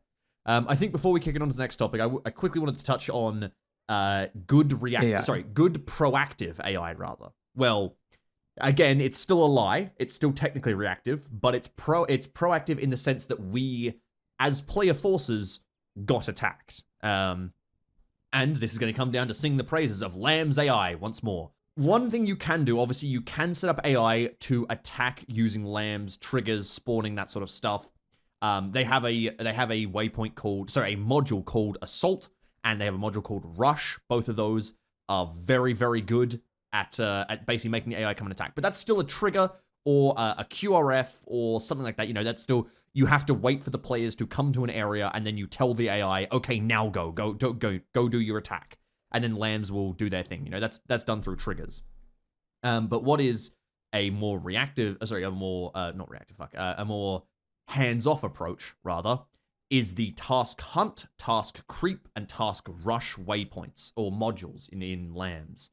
And obviously, I always mention the time where task creep actually caught my company command off guard in a 40k operation. We were sat in it. We just ordered this squad to go over and attack some mortars that we saw. And, you know, go kill those mortars. Off you go. And we're sat watching them through our binocs, and then suddenly bullets start landing around us. We go, what the fuck? And we turn around, and this squad had creeped up on us and ambushed us. And it was Lambs. And that was what solidified my love for Lambs, was this squad had crawled on their bellies up to us and hit us right when we was just 4 guys left. And they, thankfully, it was 40k, so I spun around and unloaded my fucking rocket-propelled grenade launcher upon them. Therefore, I won. But it was still an amazing experience to get ambushed by this AI. And what we saw it was Digby's Operation Sticky Wicket. So we were a British company advancing down a tight corridor, which is something that I think you'd quite enjoy Digby's Operation Svir, in that even though they are co-ops, he plays them as if they were real operations, and they plays them like TVTs. They play with tight corridors, with phase lines, with very good, you know, very detailed op-ords and situations, and, you know, pretty well-made enemy forces and dispositions and defenses, and, you know, it's generally a very a compact experience. But anyway, I was the artillery forward observer for this operation, so I was guiding my guys on the guns, and we were just kind of looking around. We go, hang on a second, there's an enemy patrol, and we go, okay, it's an enemy patrol, and then, you know, a few minutes later we go, hang on a second, that's not a patrol. They're going somewhere. And we keep watching these guys, and we're looking, and we're going, hang on, if they keep heading that way, they're going towards where our recon is. And so we radio up the recon guys, and we go, recon, you may have a problem. And a few moments later, these guys open fire, because what they'd done is they were a task rush waypoint. And I will touch on why that's bad in a moment, but why it was good was what happened. Magical info, yes. They had magical info, which is unfortunate, and I know how you could solve that. But basically, they had known where the players are, and this task rush guys had been sent out as a group to go attack the recon. And they had done that, and they'd actually... the recon wasn't expecting it, because the first time, they died, and they got wiped as a full team. So the recon guys got wiped, and then after that, we had to warn them. So to the point where the AI sent these rush guys forwards, they chased after our recon trying to kill them, and our recon guys had to retreat because they weren't able to take on this force that was coming at them. We called in artillery and tried to kill them. I think we intercepted them pretty successfully. But yeah, it was this repeating scenario where the recon guys would go forwards, scope out the enemy positions. But after about 2 or 3 minutes, the enemies would send out a squad and it would reach the recon guys and, try and drive them off. And it was this quite fun situation where it felt like the enemy had a brain. Obviously, we know it actually didn't. What it had was magical info. When players enter the radius of a task rush or hunt waypoint, so task rush, it sends them straight at the players. Task hunt, it simulates the AI patrolling towards the players. In it, the AI will go back and forth and slowly get closer until eventually they run into the players, sort of thing, They'll simulate a search. There is ways you could try and mitigate that. You could have a trigger that activates the waypoint, have it when, if Blue 4 detected by Op 4, then activate this module. That could simulate the fact that they're only going to start rushing or patrolling when they know there's actually Blue 4 in the area. Or you could have it as QRF as well, that sort of stuff. But that created a scenario in which I felt sort of unnerved, because I'm like, hang on a second, the AI's not sitting in his defensive position. What bullshit is this? Did that unnerving make you kind of change your plan a little bit? It definitely... because actually... I forgot, in the end, we got caught out, despite the fact we know it, because what happened was, we came to the next point, we were the forwardmost element, me and my recon buddy, we were forward obs, and we look around in our binocs and we go, aha, I see you dastardly Sarani soldier. It was actually it was Crabapple Stani. You Crabapple Stani soldier. We could see these guys on a hill running towards us, and they were running in a straight line and at top speed, and that means, in my head, I go, they are using a rush waypoint, because rush waypoints mean they sprint weapons down, top speed, and they run in whatever formation they were given, which in this case, no, I think they run in a line formation, in a column formation, rather. Okay. So they were running at us in a column, in a straight line. I went, yep, you're a task rush. And I estimated, I went, okay, we've got about 4 minutes until they arrive. We can call in the artillery that we want to call in and do our job. And minding here, we were on hills, and there's rolling hills, right? And we can see these guys far away on this hill running at us. And so we start ignoring them. We go, we still don't have time. We start directing our fire. And then about a minute later, we're shot and killed. Because what had happened was we'd spotted the guys on the far hill. What we hadn't spotted was the guys on the downslope from us coming much sooner, because there were 2 squads rushing at us, not 1. And we had just gone, haha, they know where we are, but we've got enough time. And we'd ignored the fact that if they know where we are, their friends know where we are as well, and their friends were a lot closer. And they came up the hill, and and 8 guys managed to kill me and my partner. No, I think it was 8 guys, yeah. Which, in a normal head-to-head firefight, fucking bullshit. I could take 8 guys on my own. AI, they're bitches, easy. AI. AI. Well, you say that, CCO8, I got so many fucking kills, I could take 8 players on my own at this point. I killed an entire but how many deaths did he kind of go through before you got that lucky break? No. My KDA in that op was fucking insane. At one point, I took on, it was just, I don't know, movement for me. And fuck, I'm jerking myself off here. But anyway, there was one point where I basically managed to distract players. They thought I was in a bush. All of them they were shooting at this one bush. I just walked to the left, and I killed 6 players in rapid succession. They were all sat on this one fence, trying to peek around and shoot at where they thought I was, and I just moved left, sort of rotated, so I was now looking directly. I was flanking their cover, and I killed 6 people. And it was just let's wheel it back, though. Yeah. Anyway, so like I was saying, it was ridiculous fun to get taken out, because I should have expected the moment that the guys were rushing us. We should have moved. We should have jumped back in our Vic and driven off, and we would have lived. But instead, I just sat in that position because I thought I was safe, not realizing that I should have expected more of that. If in a TVT I saw players rushing at me, I wouldn't be like, oh, I'm safe until they arrive. I would immediately make preparations because they clearly know where I am. And that's a bad thing. That's a really bad thing. So yeah, that's definitely something to touch on there in terms of the... But you feel like you could learn the systems of what you're saying. Well, I knew the system, I didn't know it well enough. It happened to be a bad call. But in general, the task rush system, you recognize that you eventually you figured out what's going on. But it's still, even if you figure it out, with players. It still plays itself in a fun scenario. Just because you know that they're rushing at you, you still got to handle the fact that they're rushing at you. You still got to kill them. True. So that's sort of a scenario you got to handle there, where it was. It But it felt made your, like the it enemy would had have counterattacks. hypothetically made your planning a lot easier. What do you mean? Well, because you learned the system of task rush, you know, generally speaking, the AI are going to rush at you, and that's all they can do once they start doing it.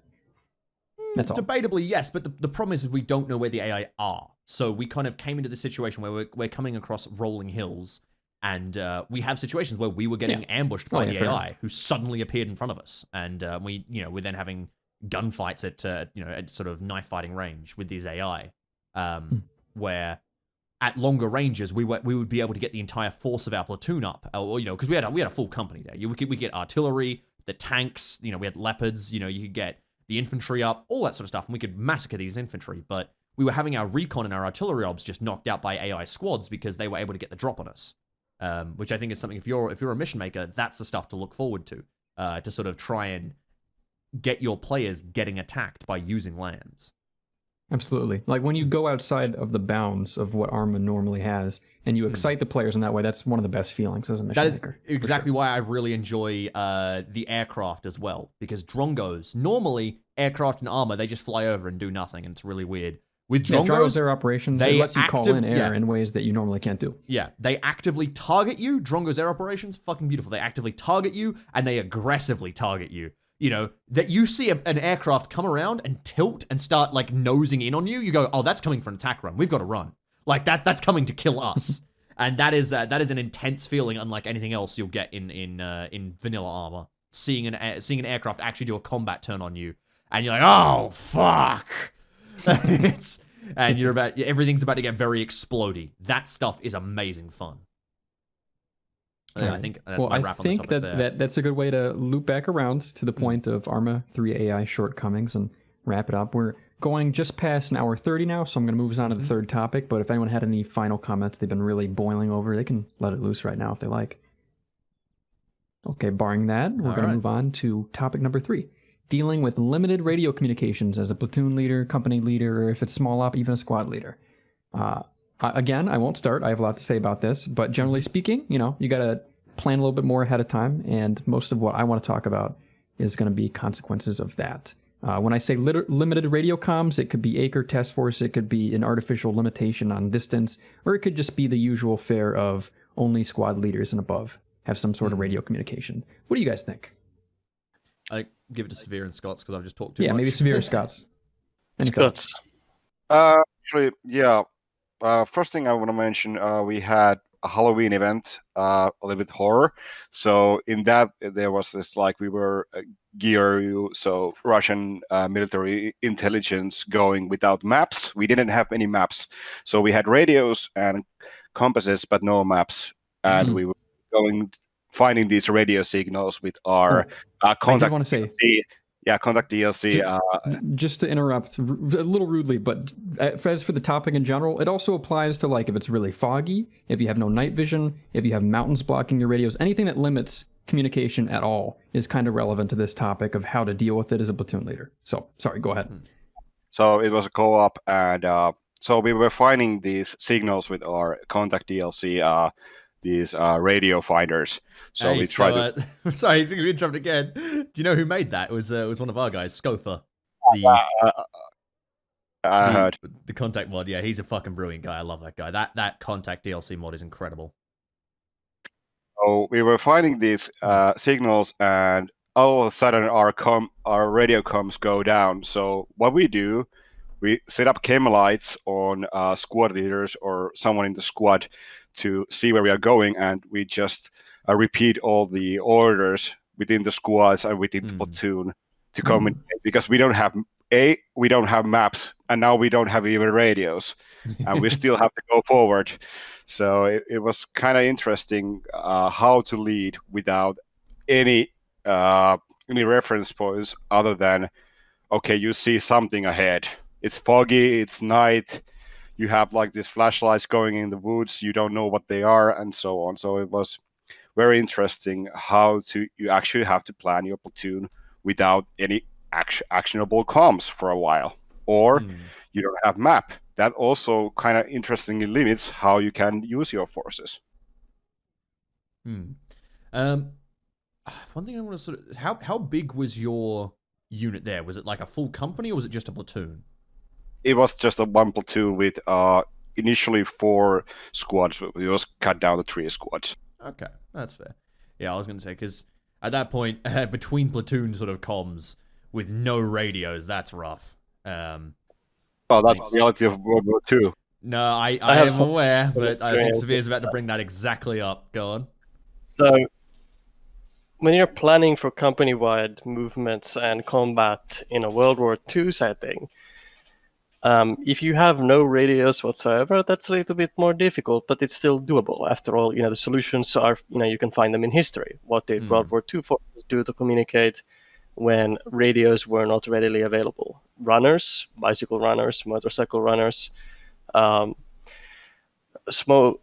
colored light signals, for example, were also used, and light signals in general are possible in ArmA with things like flashlights, stuff like that. But above all, without going too much into the methodology of how you communicate when you don't have a radio, I want to touch upon some really good basic rules on how to enable that type of communication, and that's a central command point. If you have a company-wide force, those runners need to know where they are going whenever the platoon moves forward. So I mentioned the Hakamaki events earlier. I'm going to mention them again because in those, the second one, the second one, when the Soviets were attacking the redux of the operation some weeks later from the first one, we actually did this. We set phase-by-phase attack plans for the company. And in each phase, the company command element was on a centrally marked location, meaning that those runners, as they were coming from the platoons to the company, always knew where the company was going to be. And that made communicating back and forth between the platoons much easier in the sense that when the runner was coming from the platoon, he always knew where the company was. But when he was going back out, it was always a task to find the platoon. So you received information, but speaking back was still quite difficult, but doable. Sometimes I would lose a runner. I would send a runner and he would never come back. So I would go and volunteer a rifleman and tell him, "You are now a runner. Deliver this order to this person." And he would go. And then he would not come back. I think during that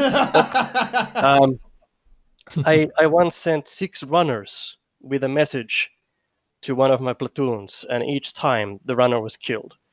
The 7th runner made it, and he came back and told me the entire platoon was dead.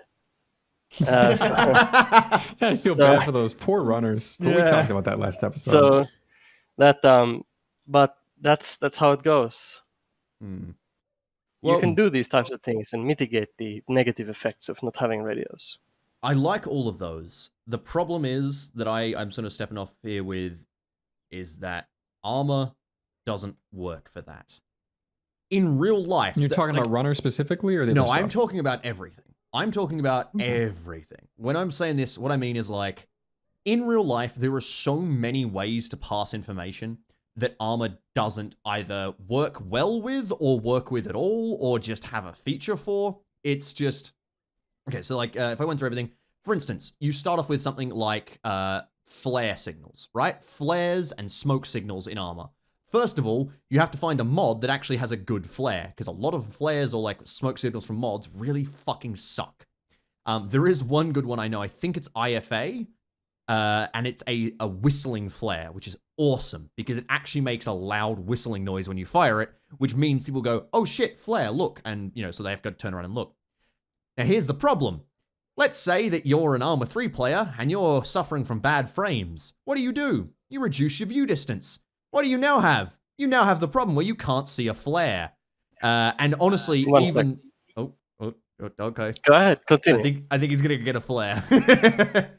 We have these constant issues with mods and sort of stuff like that, where it's, either they have bad flares or the flares don't stay in the air for long enough. That's another big issue. A bunch of mods don't have parachute flares. They have, just you shoot a flare round, which means it stays in the air for approximately 5 seconds. And if you're expecting an entire company to see that, that ain't happening.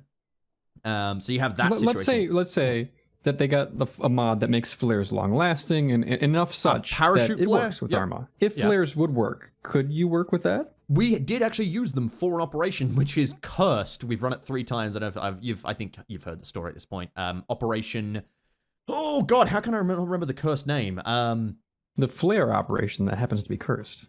Yeah, no, it's. What about it? Black. It's one of Digby's. God, how am I blank on this? Black black. No, fuck, I don't remember. Okay. Point is, it was a World War II operation in which we had to Blue Coat, Operation Blue Coat. Thank you, Ms. Endy. Yes, Operation Blue Coat.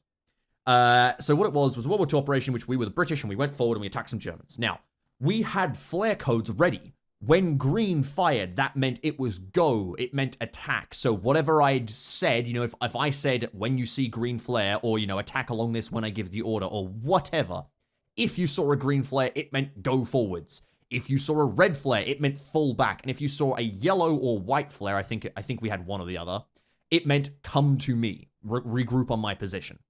And those were great. Those were the whistling flares, mind you. But they still had issues where they didn't stay in the air long. And and when you're dealing with tree cover and that sort of stuff, if the platoon wasn't constantly looking at the sky, there was every chance they just missed the flare. So that's just flare. But that's still one of the better ones. Flares still function pretty okay. Do you feel like in real life, is that how it would work? They would Parachute also have kind of those issues?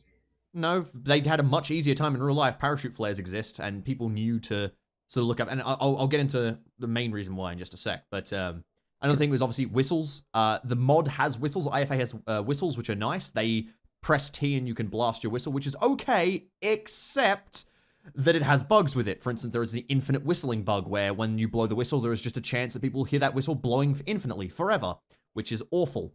It's also not that long ranged, surprisingly, compared to a whistle in real life, which is really long ranged. Same thing with shouting. I can shout really, really, really far in real life. You might not be able to understand me at the distance, but you can at least hear me go, hey! You can at least hear me make a noise. There is nothing more infuriating in ArmA than watching someone run across a field just out of your shouting range as you're shouting for them to come back because you need to tell them something. In real life, I could just go, hey! And they're going to go, oh, that was a noise. And they'll turn around and then I'll come and get them. At least you can do that. I think a lot of things in ArmA don't necessarily work like they do in real life. signals? And some things in ArmA are never going to be good enough to work. So yeah. But Do you, go ahead, do you Svir. see this flashlight? Yeah, sure. You see it, right? Yeah. I do All right, see so it too. I'm going to give him a good example of flashlight communication. Okay, sure. It's not working because I'm about to tell you something It's right daytime, Svir. It's it's daytime. not working. It's It's in the daytime. cloud. So that's exactly You want to another. skip No. time 12? Nope, it's a daytime. So that's another issue. Actually 3 issues with ArmA. So issue number 1. Quick set it to nighttime. Quick Okay, set it sure. to Hang on. nighttime. hang on. I'll do that. Issue number 1 with ArmA when it comes to lights, they only function at a certain time. They will literally not show in certain daylights. Well, you wouldn't flares- really communicate with lights during the day anyway. Well, no, you could still use flares in the daytime though. They don't really light up the whole area like that. They, I mean, they it'd don't, be like a little they don't peak in light the up the distance. area, but they are a bright light that flies in the sky, and they're colored and they're smoke. You can clearly see them. Just set it to night, bro. Yeah. I'm setting it. Hang on. I had to jump into Zeus. Here we go. So that's problem 1 with those. Oh, hang on. There we go. Oh, wow, it's really Excellent. fucking dark. Here we go. Okay, go. Oh, dear. Oh, look at that can't- hiddly light. All right. Here we go. Yeah. Is this just gonna be go fuck yourself? What does this Morse code mean? Is Svir saying something naughty? What's going on? I know, Svir. It's gonna be something rude. You're gonna have to censor Morse code for the video. Is it gonna be Finnish? Is it gonna be more? Morse? I'm Finish? sorry. I'm fucking it up. 1 second. I'll try again. Okay, well, Okay, Svir does I'll keep this. I explaining wanted to- regardless. Before It's my name, Rimmy. I big gay. That's what it says. okay, I see. So that is problem 1, where you won't be able to see the lights at certain times. You also not be able to see the lights because of ArmA 3's. Now this is one thing that fucked us for an operation. Dynamic lighting. So you can only have a certain number of lights, and then ArmA stops spawning lights. We had this issue when we tried to use illumination artillery. It was a 40k operation. We were using las guns. We discovered every time a lasgun fires, it counts as a dynamic light. So we were overwhelming the dynamic light engine. Las-guns? Yes. Oh, because the bolts light up the ground as they pass over. Yes, and it was awful. They've fixed that now, It looked cool, that thankfully. indoor op, but Thankfully, they've fixed it now because it's no longer a dynamic lighting. I think it's still lighting, but it's no longer as bad as it used to be. But basically, the problem was because there were so many dynamic lights, the illumination rounds sent by the artillery weren't spawning. So we were fighting by the light of our lasguns. It was awful. Mm-hmm. So that was kind of cool. It does sound kind of cool until you realize we're fighting across a fucking airfield. And we couldn't see anything. Airfields. We had people just firing so that the rest of us could see what we could actually fire at. So anyway. So that's another problem. Who likes fighting at airfields ever? Never, Raise your hand if ever. you like They are fighting. awful. I didn't hate think so. fighting at Nobody's raising their airfields. hands. Anyway, airfields are the worst. But yeah, you have all of these issues with ArmA's lighting, where ArmA's lighting is just not good enough to actually simulate what you want, what could happen in real life, and it's unfortunate. Okay. And okay, that so that barring also, just hang like- on, because I want to wrap it up Sure. with the last problem that faces limited radio communication. The reason why I see that you need to give your guys at least platoon leaders radios is because ArmA moves at a breakneck pace. All of us, at the speed at which we clear towns and we fight, and the speed at which battles happen in ArmA is ridiculous. It is insane compared to real life. We are moving at breakneck pace. Commanders in real life would look at us and go, "What the fuck are these people doing?" They're moving at insano-man speeds. They're clearing towns in the span of minutes. This is insane. So you have situations in ArmA where your company is advancing so rapidly, especially because against the AI you're often advancing, you can't set up CCPs, not CCP, you can't set up CPs, command posts, where you're like, okay, command is going to be here. Because that may be true for all of 10 minutes before command has to move, because the battle has moved on. And platoon has to move because the battle has moved on, and platoon should always be with their squads. That's why I hate runners. Runners end up in this situation where you're sending them between platoon and company, and both platoon and company are moving, and runners come back to an empty CP because company has had to move on. Maybe in a TVT that's kind of back and forth, you might have that situation where you do get the chance to set up a dedicated CP, but very often that's not going to be the situation you're faced with. You're going to be moving so much faster than your runners or your various limited communications can keep up. However, there are ways, obviously, that Svir brought up to get around that when you are actually engaged in that situation. I would always say that the minimum level is platoon having radios. Having no radios at all seems ridiculous to me. Just really awful. What we have is we have radio men, we have duplex radios, which means that only one person can be broadcasting at a time. And what that results in is a very fun situation where radio men are basically monitoring the radio and they listen for a call for their commander. It's like, I'll take my handset and I'll go, this is, Alpha calling Bravo lead. And then I'll get the radio man, this is Bravo Sunray. Sunshine. What is it? Flower? I don't remember. Whatever the British name is. There's some British name for a radio man. I can't fucking remember at this point. Sunray is lead. It's not Sunray. But it's whatever the radio man's call is. Go, this is Bravo, Wallflower. Give me just one moment. And then he hangs up and he goes. Game, I get you. Yeah, and no, not the telephone game. It's the exact opposite of the telephone game, because what he does is he goes and gets his platoon commander, who is off commanding the battle, goes, "You've got a call, sir." The platoon commander picks up the radio and gives a call. We have the back and forth. We have to use our outs and overs because there's only one person. If there's an emergency, someone has to call break and get in on the radio comms. It's limited and it's fun. Obviously, it's not realistic. In real life, these platoon commanders weren't packing radios apart from the Americans who had their short ranges. But it's fun. We have a good time with it. And it's for the speed that we are fighting at. It's needed. So there is a third option. Well, before we go on, Svir, just real quick, and an important point I want to say. Rimmy's perspective is plenty of platoon leading, but all about mission design. And I have done plenty of mission design in the past myself, not for a few years now, and usually as squad lead. Svir and Scottz are mostly from the perspective of a frequent platoon or company lead.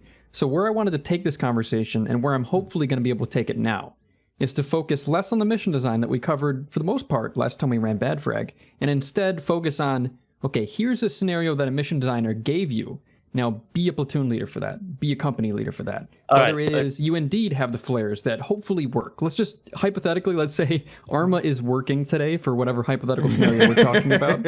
And if we want to talk about wacky modes of communication, we could try to limit it to things that ArmA can actually accomplish. Like technically runners, whether you think it's fun or not, ArmA can accomplish that, and it does somewhat work. So we could bring that up, and we could talk about that in terms of limited radio comms and how you would deal with them, plan around them as a platoon leader and company. Svir, with that in mind, you can talk about whatever you like, but I'd like to hopefully soon get back to that. I want to really quickly just touch upon this with Scottz here, because Scottz was actually there. Scottz, do you remember the Iron Cross, Iron Front events that we ran in AFI? Yeah, which one of them? All of them? So we had what we call Iron Cross events, which were basically, Axis-themed World War II TVTs with Soviets or Americans on the defending side. And the primary way of coordination during one of those events was a complete lack of radios, and how the attacking company coordinated itself was yelling. The entire company of almost 100 players was focused within the area of 200 meters, and orders passed through the company verbally. When an order was given by the company commander, it was repeated by the platoon leaders and then the squad leaders, and the signal to attack was a whistle. And this worked. It worked really well, absurdly well for what it was. Like, going back to the simple stuff is really often what does work. And coming at it from that angle, sometimes solving problems, like Scott said earlier with the GRU example in the ArmA Finland Halloween event, is really just bringing all the guys within speaking distance of each other. The problem I have there, the problem I have there is that ArmA's speaking distance is just not long enough. It is just even if there was like a super long ranged, just garbled shout, that alone would make me happy to do that. Acre is not long enough either. I prefer Acre's speaking distance. You could customize it too. Enough. You could change it if you wanted. Acre, it's just a function. If there was an Acre mod that let you like do a garbled shout at distance, like if they let you do a babble shout at distance, that would be incredible. Because that would mean that I can make a noise that makes people look at me and then actually get them to come over and do this. Actually, no, because people are going to think you're the enemy then, and they're going to start true. I think there's like a disconnect between how we view these things, and that's okay. I'm not saying that's wrong, but I just want to... Scottz and I are looking at this from the perspective of communications being part of that team-based game, rather than it enabling the game. Yeah, including miscommunications. They're part of the experience. So you can cut down on the miscommunications by making sure everybody in the game understands the standard of communication. This is stuff that you can incorporate into planning. You guys know I like to plan extensively, so I'll talk about that in just a quick 30-second segment. Whenever you're talking about low communication environments, things like battle calls, interrogatives and answers, and simple battle orders. Scott can explain in a little bit here, but simple battle orders, like what you say when you move forward, stuff like that really helps a lot. And like I said, converging the guys into that shouting distance, even if that means chaining people together so that one guy hears the other guy, then he has to repeat the order to the guy who's left of him, then that's a solution too. Anyway, Scott, do you have anything to add? Oh, just like using challenges and some battle signs, so that's how you know who is your friendlies when you have limited communications. But it all comes down to, again, the commander's intent. So the better equipped your guys are knowing what they're going to do next, the less you need to have communications, and the more leeway your guys have in terms of how they're going to accomplish their mission, then again, it's much easier that you don't have to communicate so much. So, for example, I saw for example, in AFI we had a large global mobilization co-op event where we were in Leopard 1 tanks in East Germany, and I saw my gunner's audio file for the whole mission. I was a company commander. I was literally constantly talking. So Hmm. if not to my own tank, then in the company comms, Svir knows. So yeah. So in a sense, it's much better if we talk less and we talk more compact and more forethought than rather than just having all this comms constantly available, because it limits how people are going to go and take responsibilities, because they can always use the higher command to take the decision to the next level up until the company commander, of course. Yeah, there was actually one thing we had a platoon commander pretty recently. One downside from him. He did an alright job, but one problem he had was he got very verbose over radio.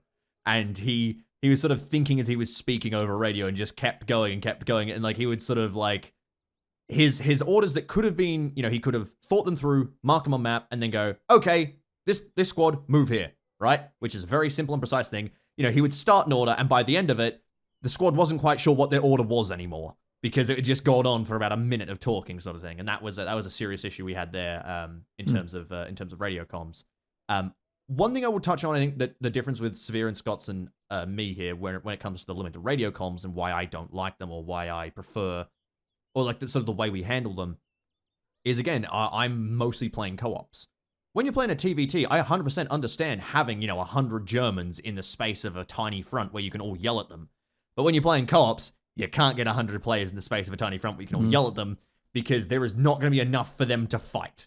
It is still significantly more compact than a what do you call it, a modern op or an op with radios. You're always going to be more compact, but it's more compact at the platoon level, not at like both of the platoons are on the same location. Because if you ever do that, you've now got 60 to 70 players in a single town, with these two platoons, just stepping on each other's toes. There is not going to be enough AI in one town for them to actually, sort of handled, for them to warrant being there. Compare that with where bloody playing against other players, I 100% understand compacting my force there. That's fair enough. That's just a different perspective. I'd say I think I can still milk a little bit more podcast juice out of your guys' brain meat for this topic after I mention my take on this. So let me also give us all, before we finish this, hypothetical of a sort. Mm-hmm. Let's say it's your average TVT, say in a co-op. This is force on force, no respawns, TVT, hardcore kind of stuff. And you are a platoon commander in front of a bunch of merry men, infantry versus infantry, nothing crazy. You have radios for squad leaders and above. That's it. Could be World War II, could be limited modern, whatever. You just have radios at squad leader and above. How does that change your planning? And I'm going to say my piece, but you guys can ruminate it on it while I talk. You don't have to listen. So I would say, if I was a platoon commander and I was in charge of this limited radios operation, the things that I always have to keep in mind, and there are reasons for it, but to keep it short, I'm just going to mention the prescriptions. One, you're going to have to pre-plan heavily. Not everything, but a whole lot of stuff is going to have to get planned ahead of time. Rally points, if you can do it too, that means TRPs, named roads, the communication there. A radio lets a platoon leader communicate instantly and easily and effectively, but when you don't have that down to the lower levels entirely, where the disconnect happens, you have to make sure everything is communicated ahead of time. Your squad leaders need to know where to go, and if they can talk to you, then it helps. But if the disconnect is lower level, you're just going to need to make sure that the squad leaders do pre-planning as well. You're going to have to meet back up frequently, and since the squad leaders and below, the disconnect here is at the fire team level, they need to know to do that. So as a platoon leader, you need to communicate to them that people are going to have to meet back up at the squad level all the time. And that comes through the form of advice that you give them. And just generally speaking, you have to make sure objectives are planned with a lot more granularity than you would normally give them. Squads need to know what to do ahead of time, and you need to make sure that the squad leaders plan for the disconnect at the fire team level by telling the fire team leaders what to do ahead of time. And I don't think you guys would disagree on that, but do you have anything to add if you were a platoon leader? Oh, I heavily disagree on that. If you've got... Sure. Okay, question. Does the fire team lead have a long range as well? Or just the squad lead? No. Okay. The only squad leads and above in this scenario have radios. Of any sort. The only difference from that operation to a full radio operation is that I can't order a fire team split without, doing some pre-prep for that. So, I can't just be like, all right, fight, this squad becomes two squads, and, one guy takes this side, one guy takes this side sort of thing. I'd have And to I do get some that because pre-prep the for that. disconnect is at the fire team level. But real quick, consider that the squad lead might have more to do now. He might have more communicating he has to do. He disagree might be entirely. busier. If my squad leads are unable to, like, first of all, a squad should always at least be within shouting distance of each other. Like, I believe that the platoon lead, at least for a World War II operation, platoon lead should always be within shouting distance of his squads. The squad members absolutely must be within shouting distance of each other. Like, that's when you're coming down to that sort of thing. If you're handling, it's the same for any, even with radios. If you're relying on radios for that, like, sure, you can talk to them, but if they're so far away that they can't hear you shouting, they're of no use to you. You know, let's say you're the squad leader or whatever, and you get shot at, and you call your guy on radio, go, hey, I need help, I'm being shot at. If he's, far enough away that he can't hear me shouting, he can't help me. He's going to be fucking off, he's over on a hill or a different bloody building or whatever. He can't shoot what's shooting me. He needs to be within the distance of actually, he's not in cohesion with the squad. So I don't think that would change my playing at all. If the squad leads don't have radios, that changes planning. But if the squad leads, what do you call it? Like, if the squad members don't have a short range, barely changes my planning at all. Not even like... Well, Svir and Scottz, if you had anything to add real quick, you could. But we could also talk about what if there are no radios at all, which we touched on with the runners, but other ideas for that as well. I have something to say, and I'm sure Scottz has something too. If the squad leader has a radio, that's already plenty enough for me to operate in a mindset that I am able to reach him typically until the point of contact when the forces start taking casualties. Pre-planning is necessary regardless of the quantity of radio communications, but the radio enables the ability to change that plan in granular fashions if it becomes necessary. The difference between more radios and less radios in execution of combat planning is planning complexity and combat time. And I'm going to touch upon what that means really quickly. So planning complexity in the context of ArmA means what types of maneuvers are your troops doing? When they're committing themselves into combat, what is the disposition? What is the distance between squads? What is the distance from the squad commanders to the platoon commander? And what is the distance between the platoon commander and the COY commander? Those types of things influence how you can react in situations where you lose those comms. The more people with those comms, typically you can try and bridge communications if you lose them. But the more complex the combat plan, the more can go wrong. Low communication environments compound those types of crisis situations in TVTs. And the greater advantage that the radio provides is information actually coming up. Contact reports, directions, ranges, casualties, how much gun juice your guys still have left to murderize the enemy with. All this stuff is really important. So the less radios, typically the simpler the plans, the larger the forces making tactical maneuvers. And what I mean by that is if you're planning on, let's say, you want to have let's say an attack on a fortified position and you want some guys providing a base of fire while the other guys go around the side. Instead of committing squad-sized forces to these types of maneuvers, sometimes you might commit 2 squads or even entire platoons to maneuvering around the side of the enemy. And less radios means that those tactics go from micro to macro real fast. And because that increases the effectiveness of those maneuvers, the violence of action and force that group of players can inflict in a short amount of time. And that's what it comes down to, in my opinion. Scottz might disagree. Actually, I have... You said exactly what I was going to say, what I was exactly thinking, but so much better. So much more eloquently, Svir. Sorry, Scottz, go ahead. No problem. So, having squad leaders with radios is a luxury to begin with. But, but also, what it does, it means that the squad leaders and moreover platoon leaders also need to emphasize on, again, the commander's intent, and also, if not decided, so for example, you have a, let's say, basic US Army squad with 9 guys, 2 fire team leaders, only squad leader with radio, you need to assign an assistant squad leader who takes over the command in a case where the squad leader dies. So this is also when everyone has a radio, but this becomes even more critical when you have limited amount of radios. So for first things first, you need to find that radio and then assume the control and always as a squad leader to convey the information down. But this is like squad level nitpicking. But also, when it comes to limited communications, like Svir said, it means that it's very macro and you like to keep it simple because you don't have the luxury of making large changes or making complex changes to the plans. Also, it means that the company or even platoon intent is much more linear, and to an extent, the enemy can guess if there's players on the other side. They can guess that when you have limited amount of communications, you have limited amount of maneuvers available to you. And also, I would say that it also, from rifleman's perspective, also because I'm like Svir said, we are more of a wargaming community.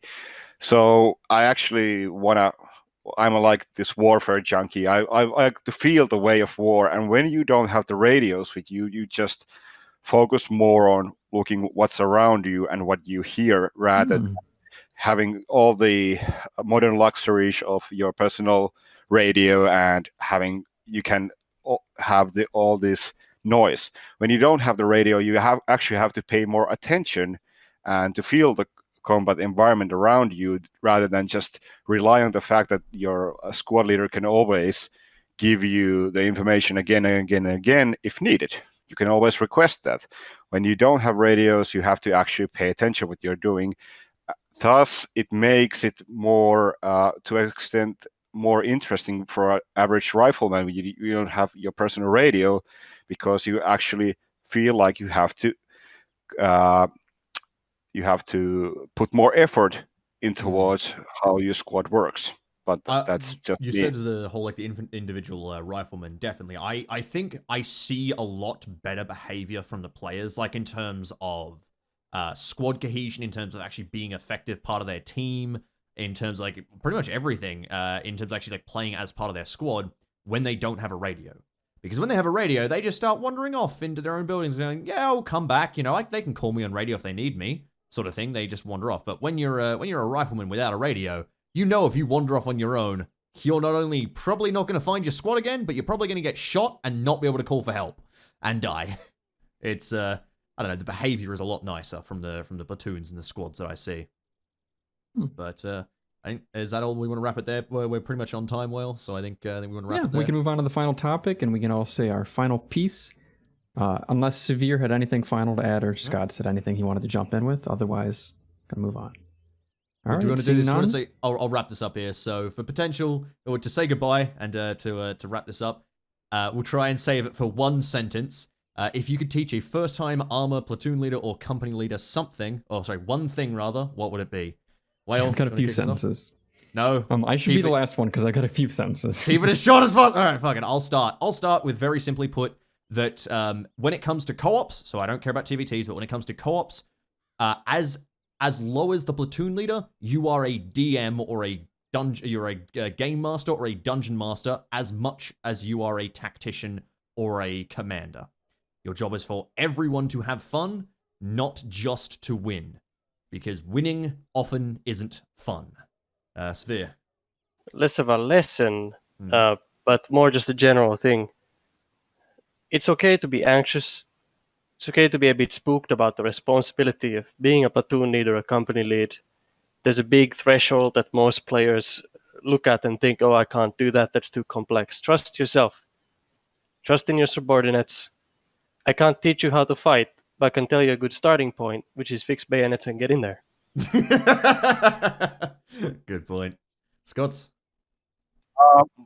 I would say that your plan is only perfect in your own mind. When it comes down to the map, it's not perfect. So always have your plan as a basis for the changes to come. So no plan is perfect, no plan goes the way you want.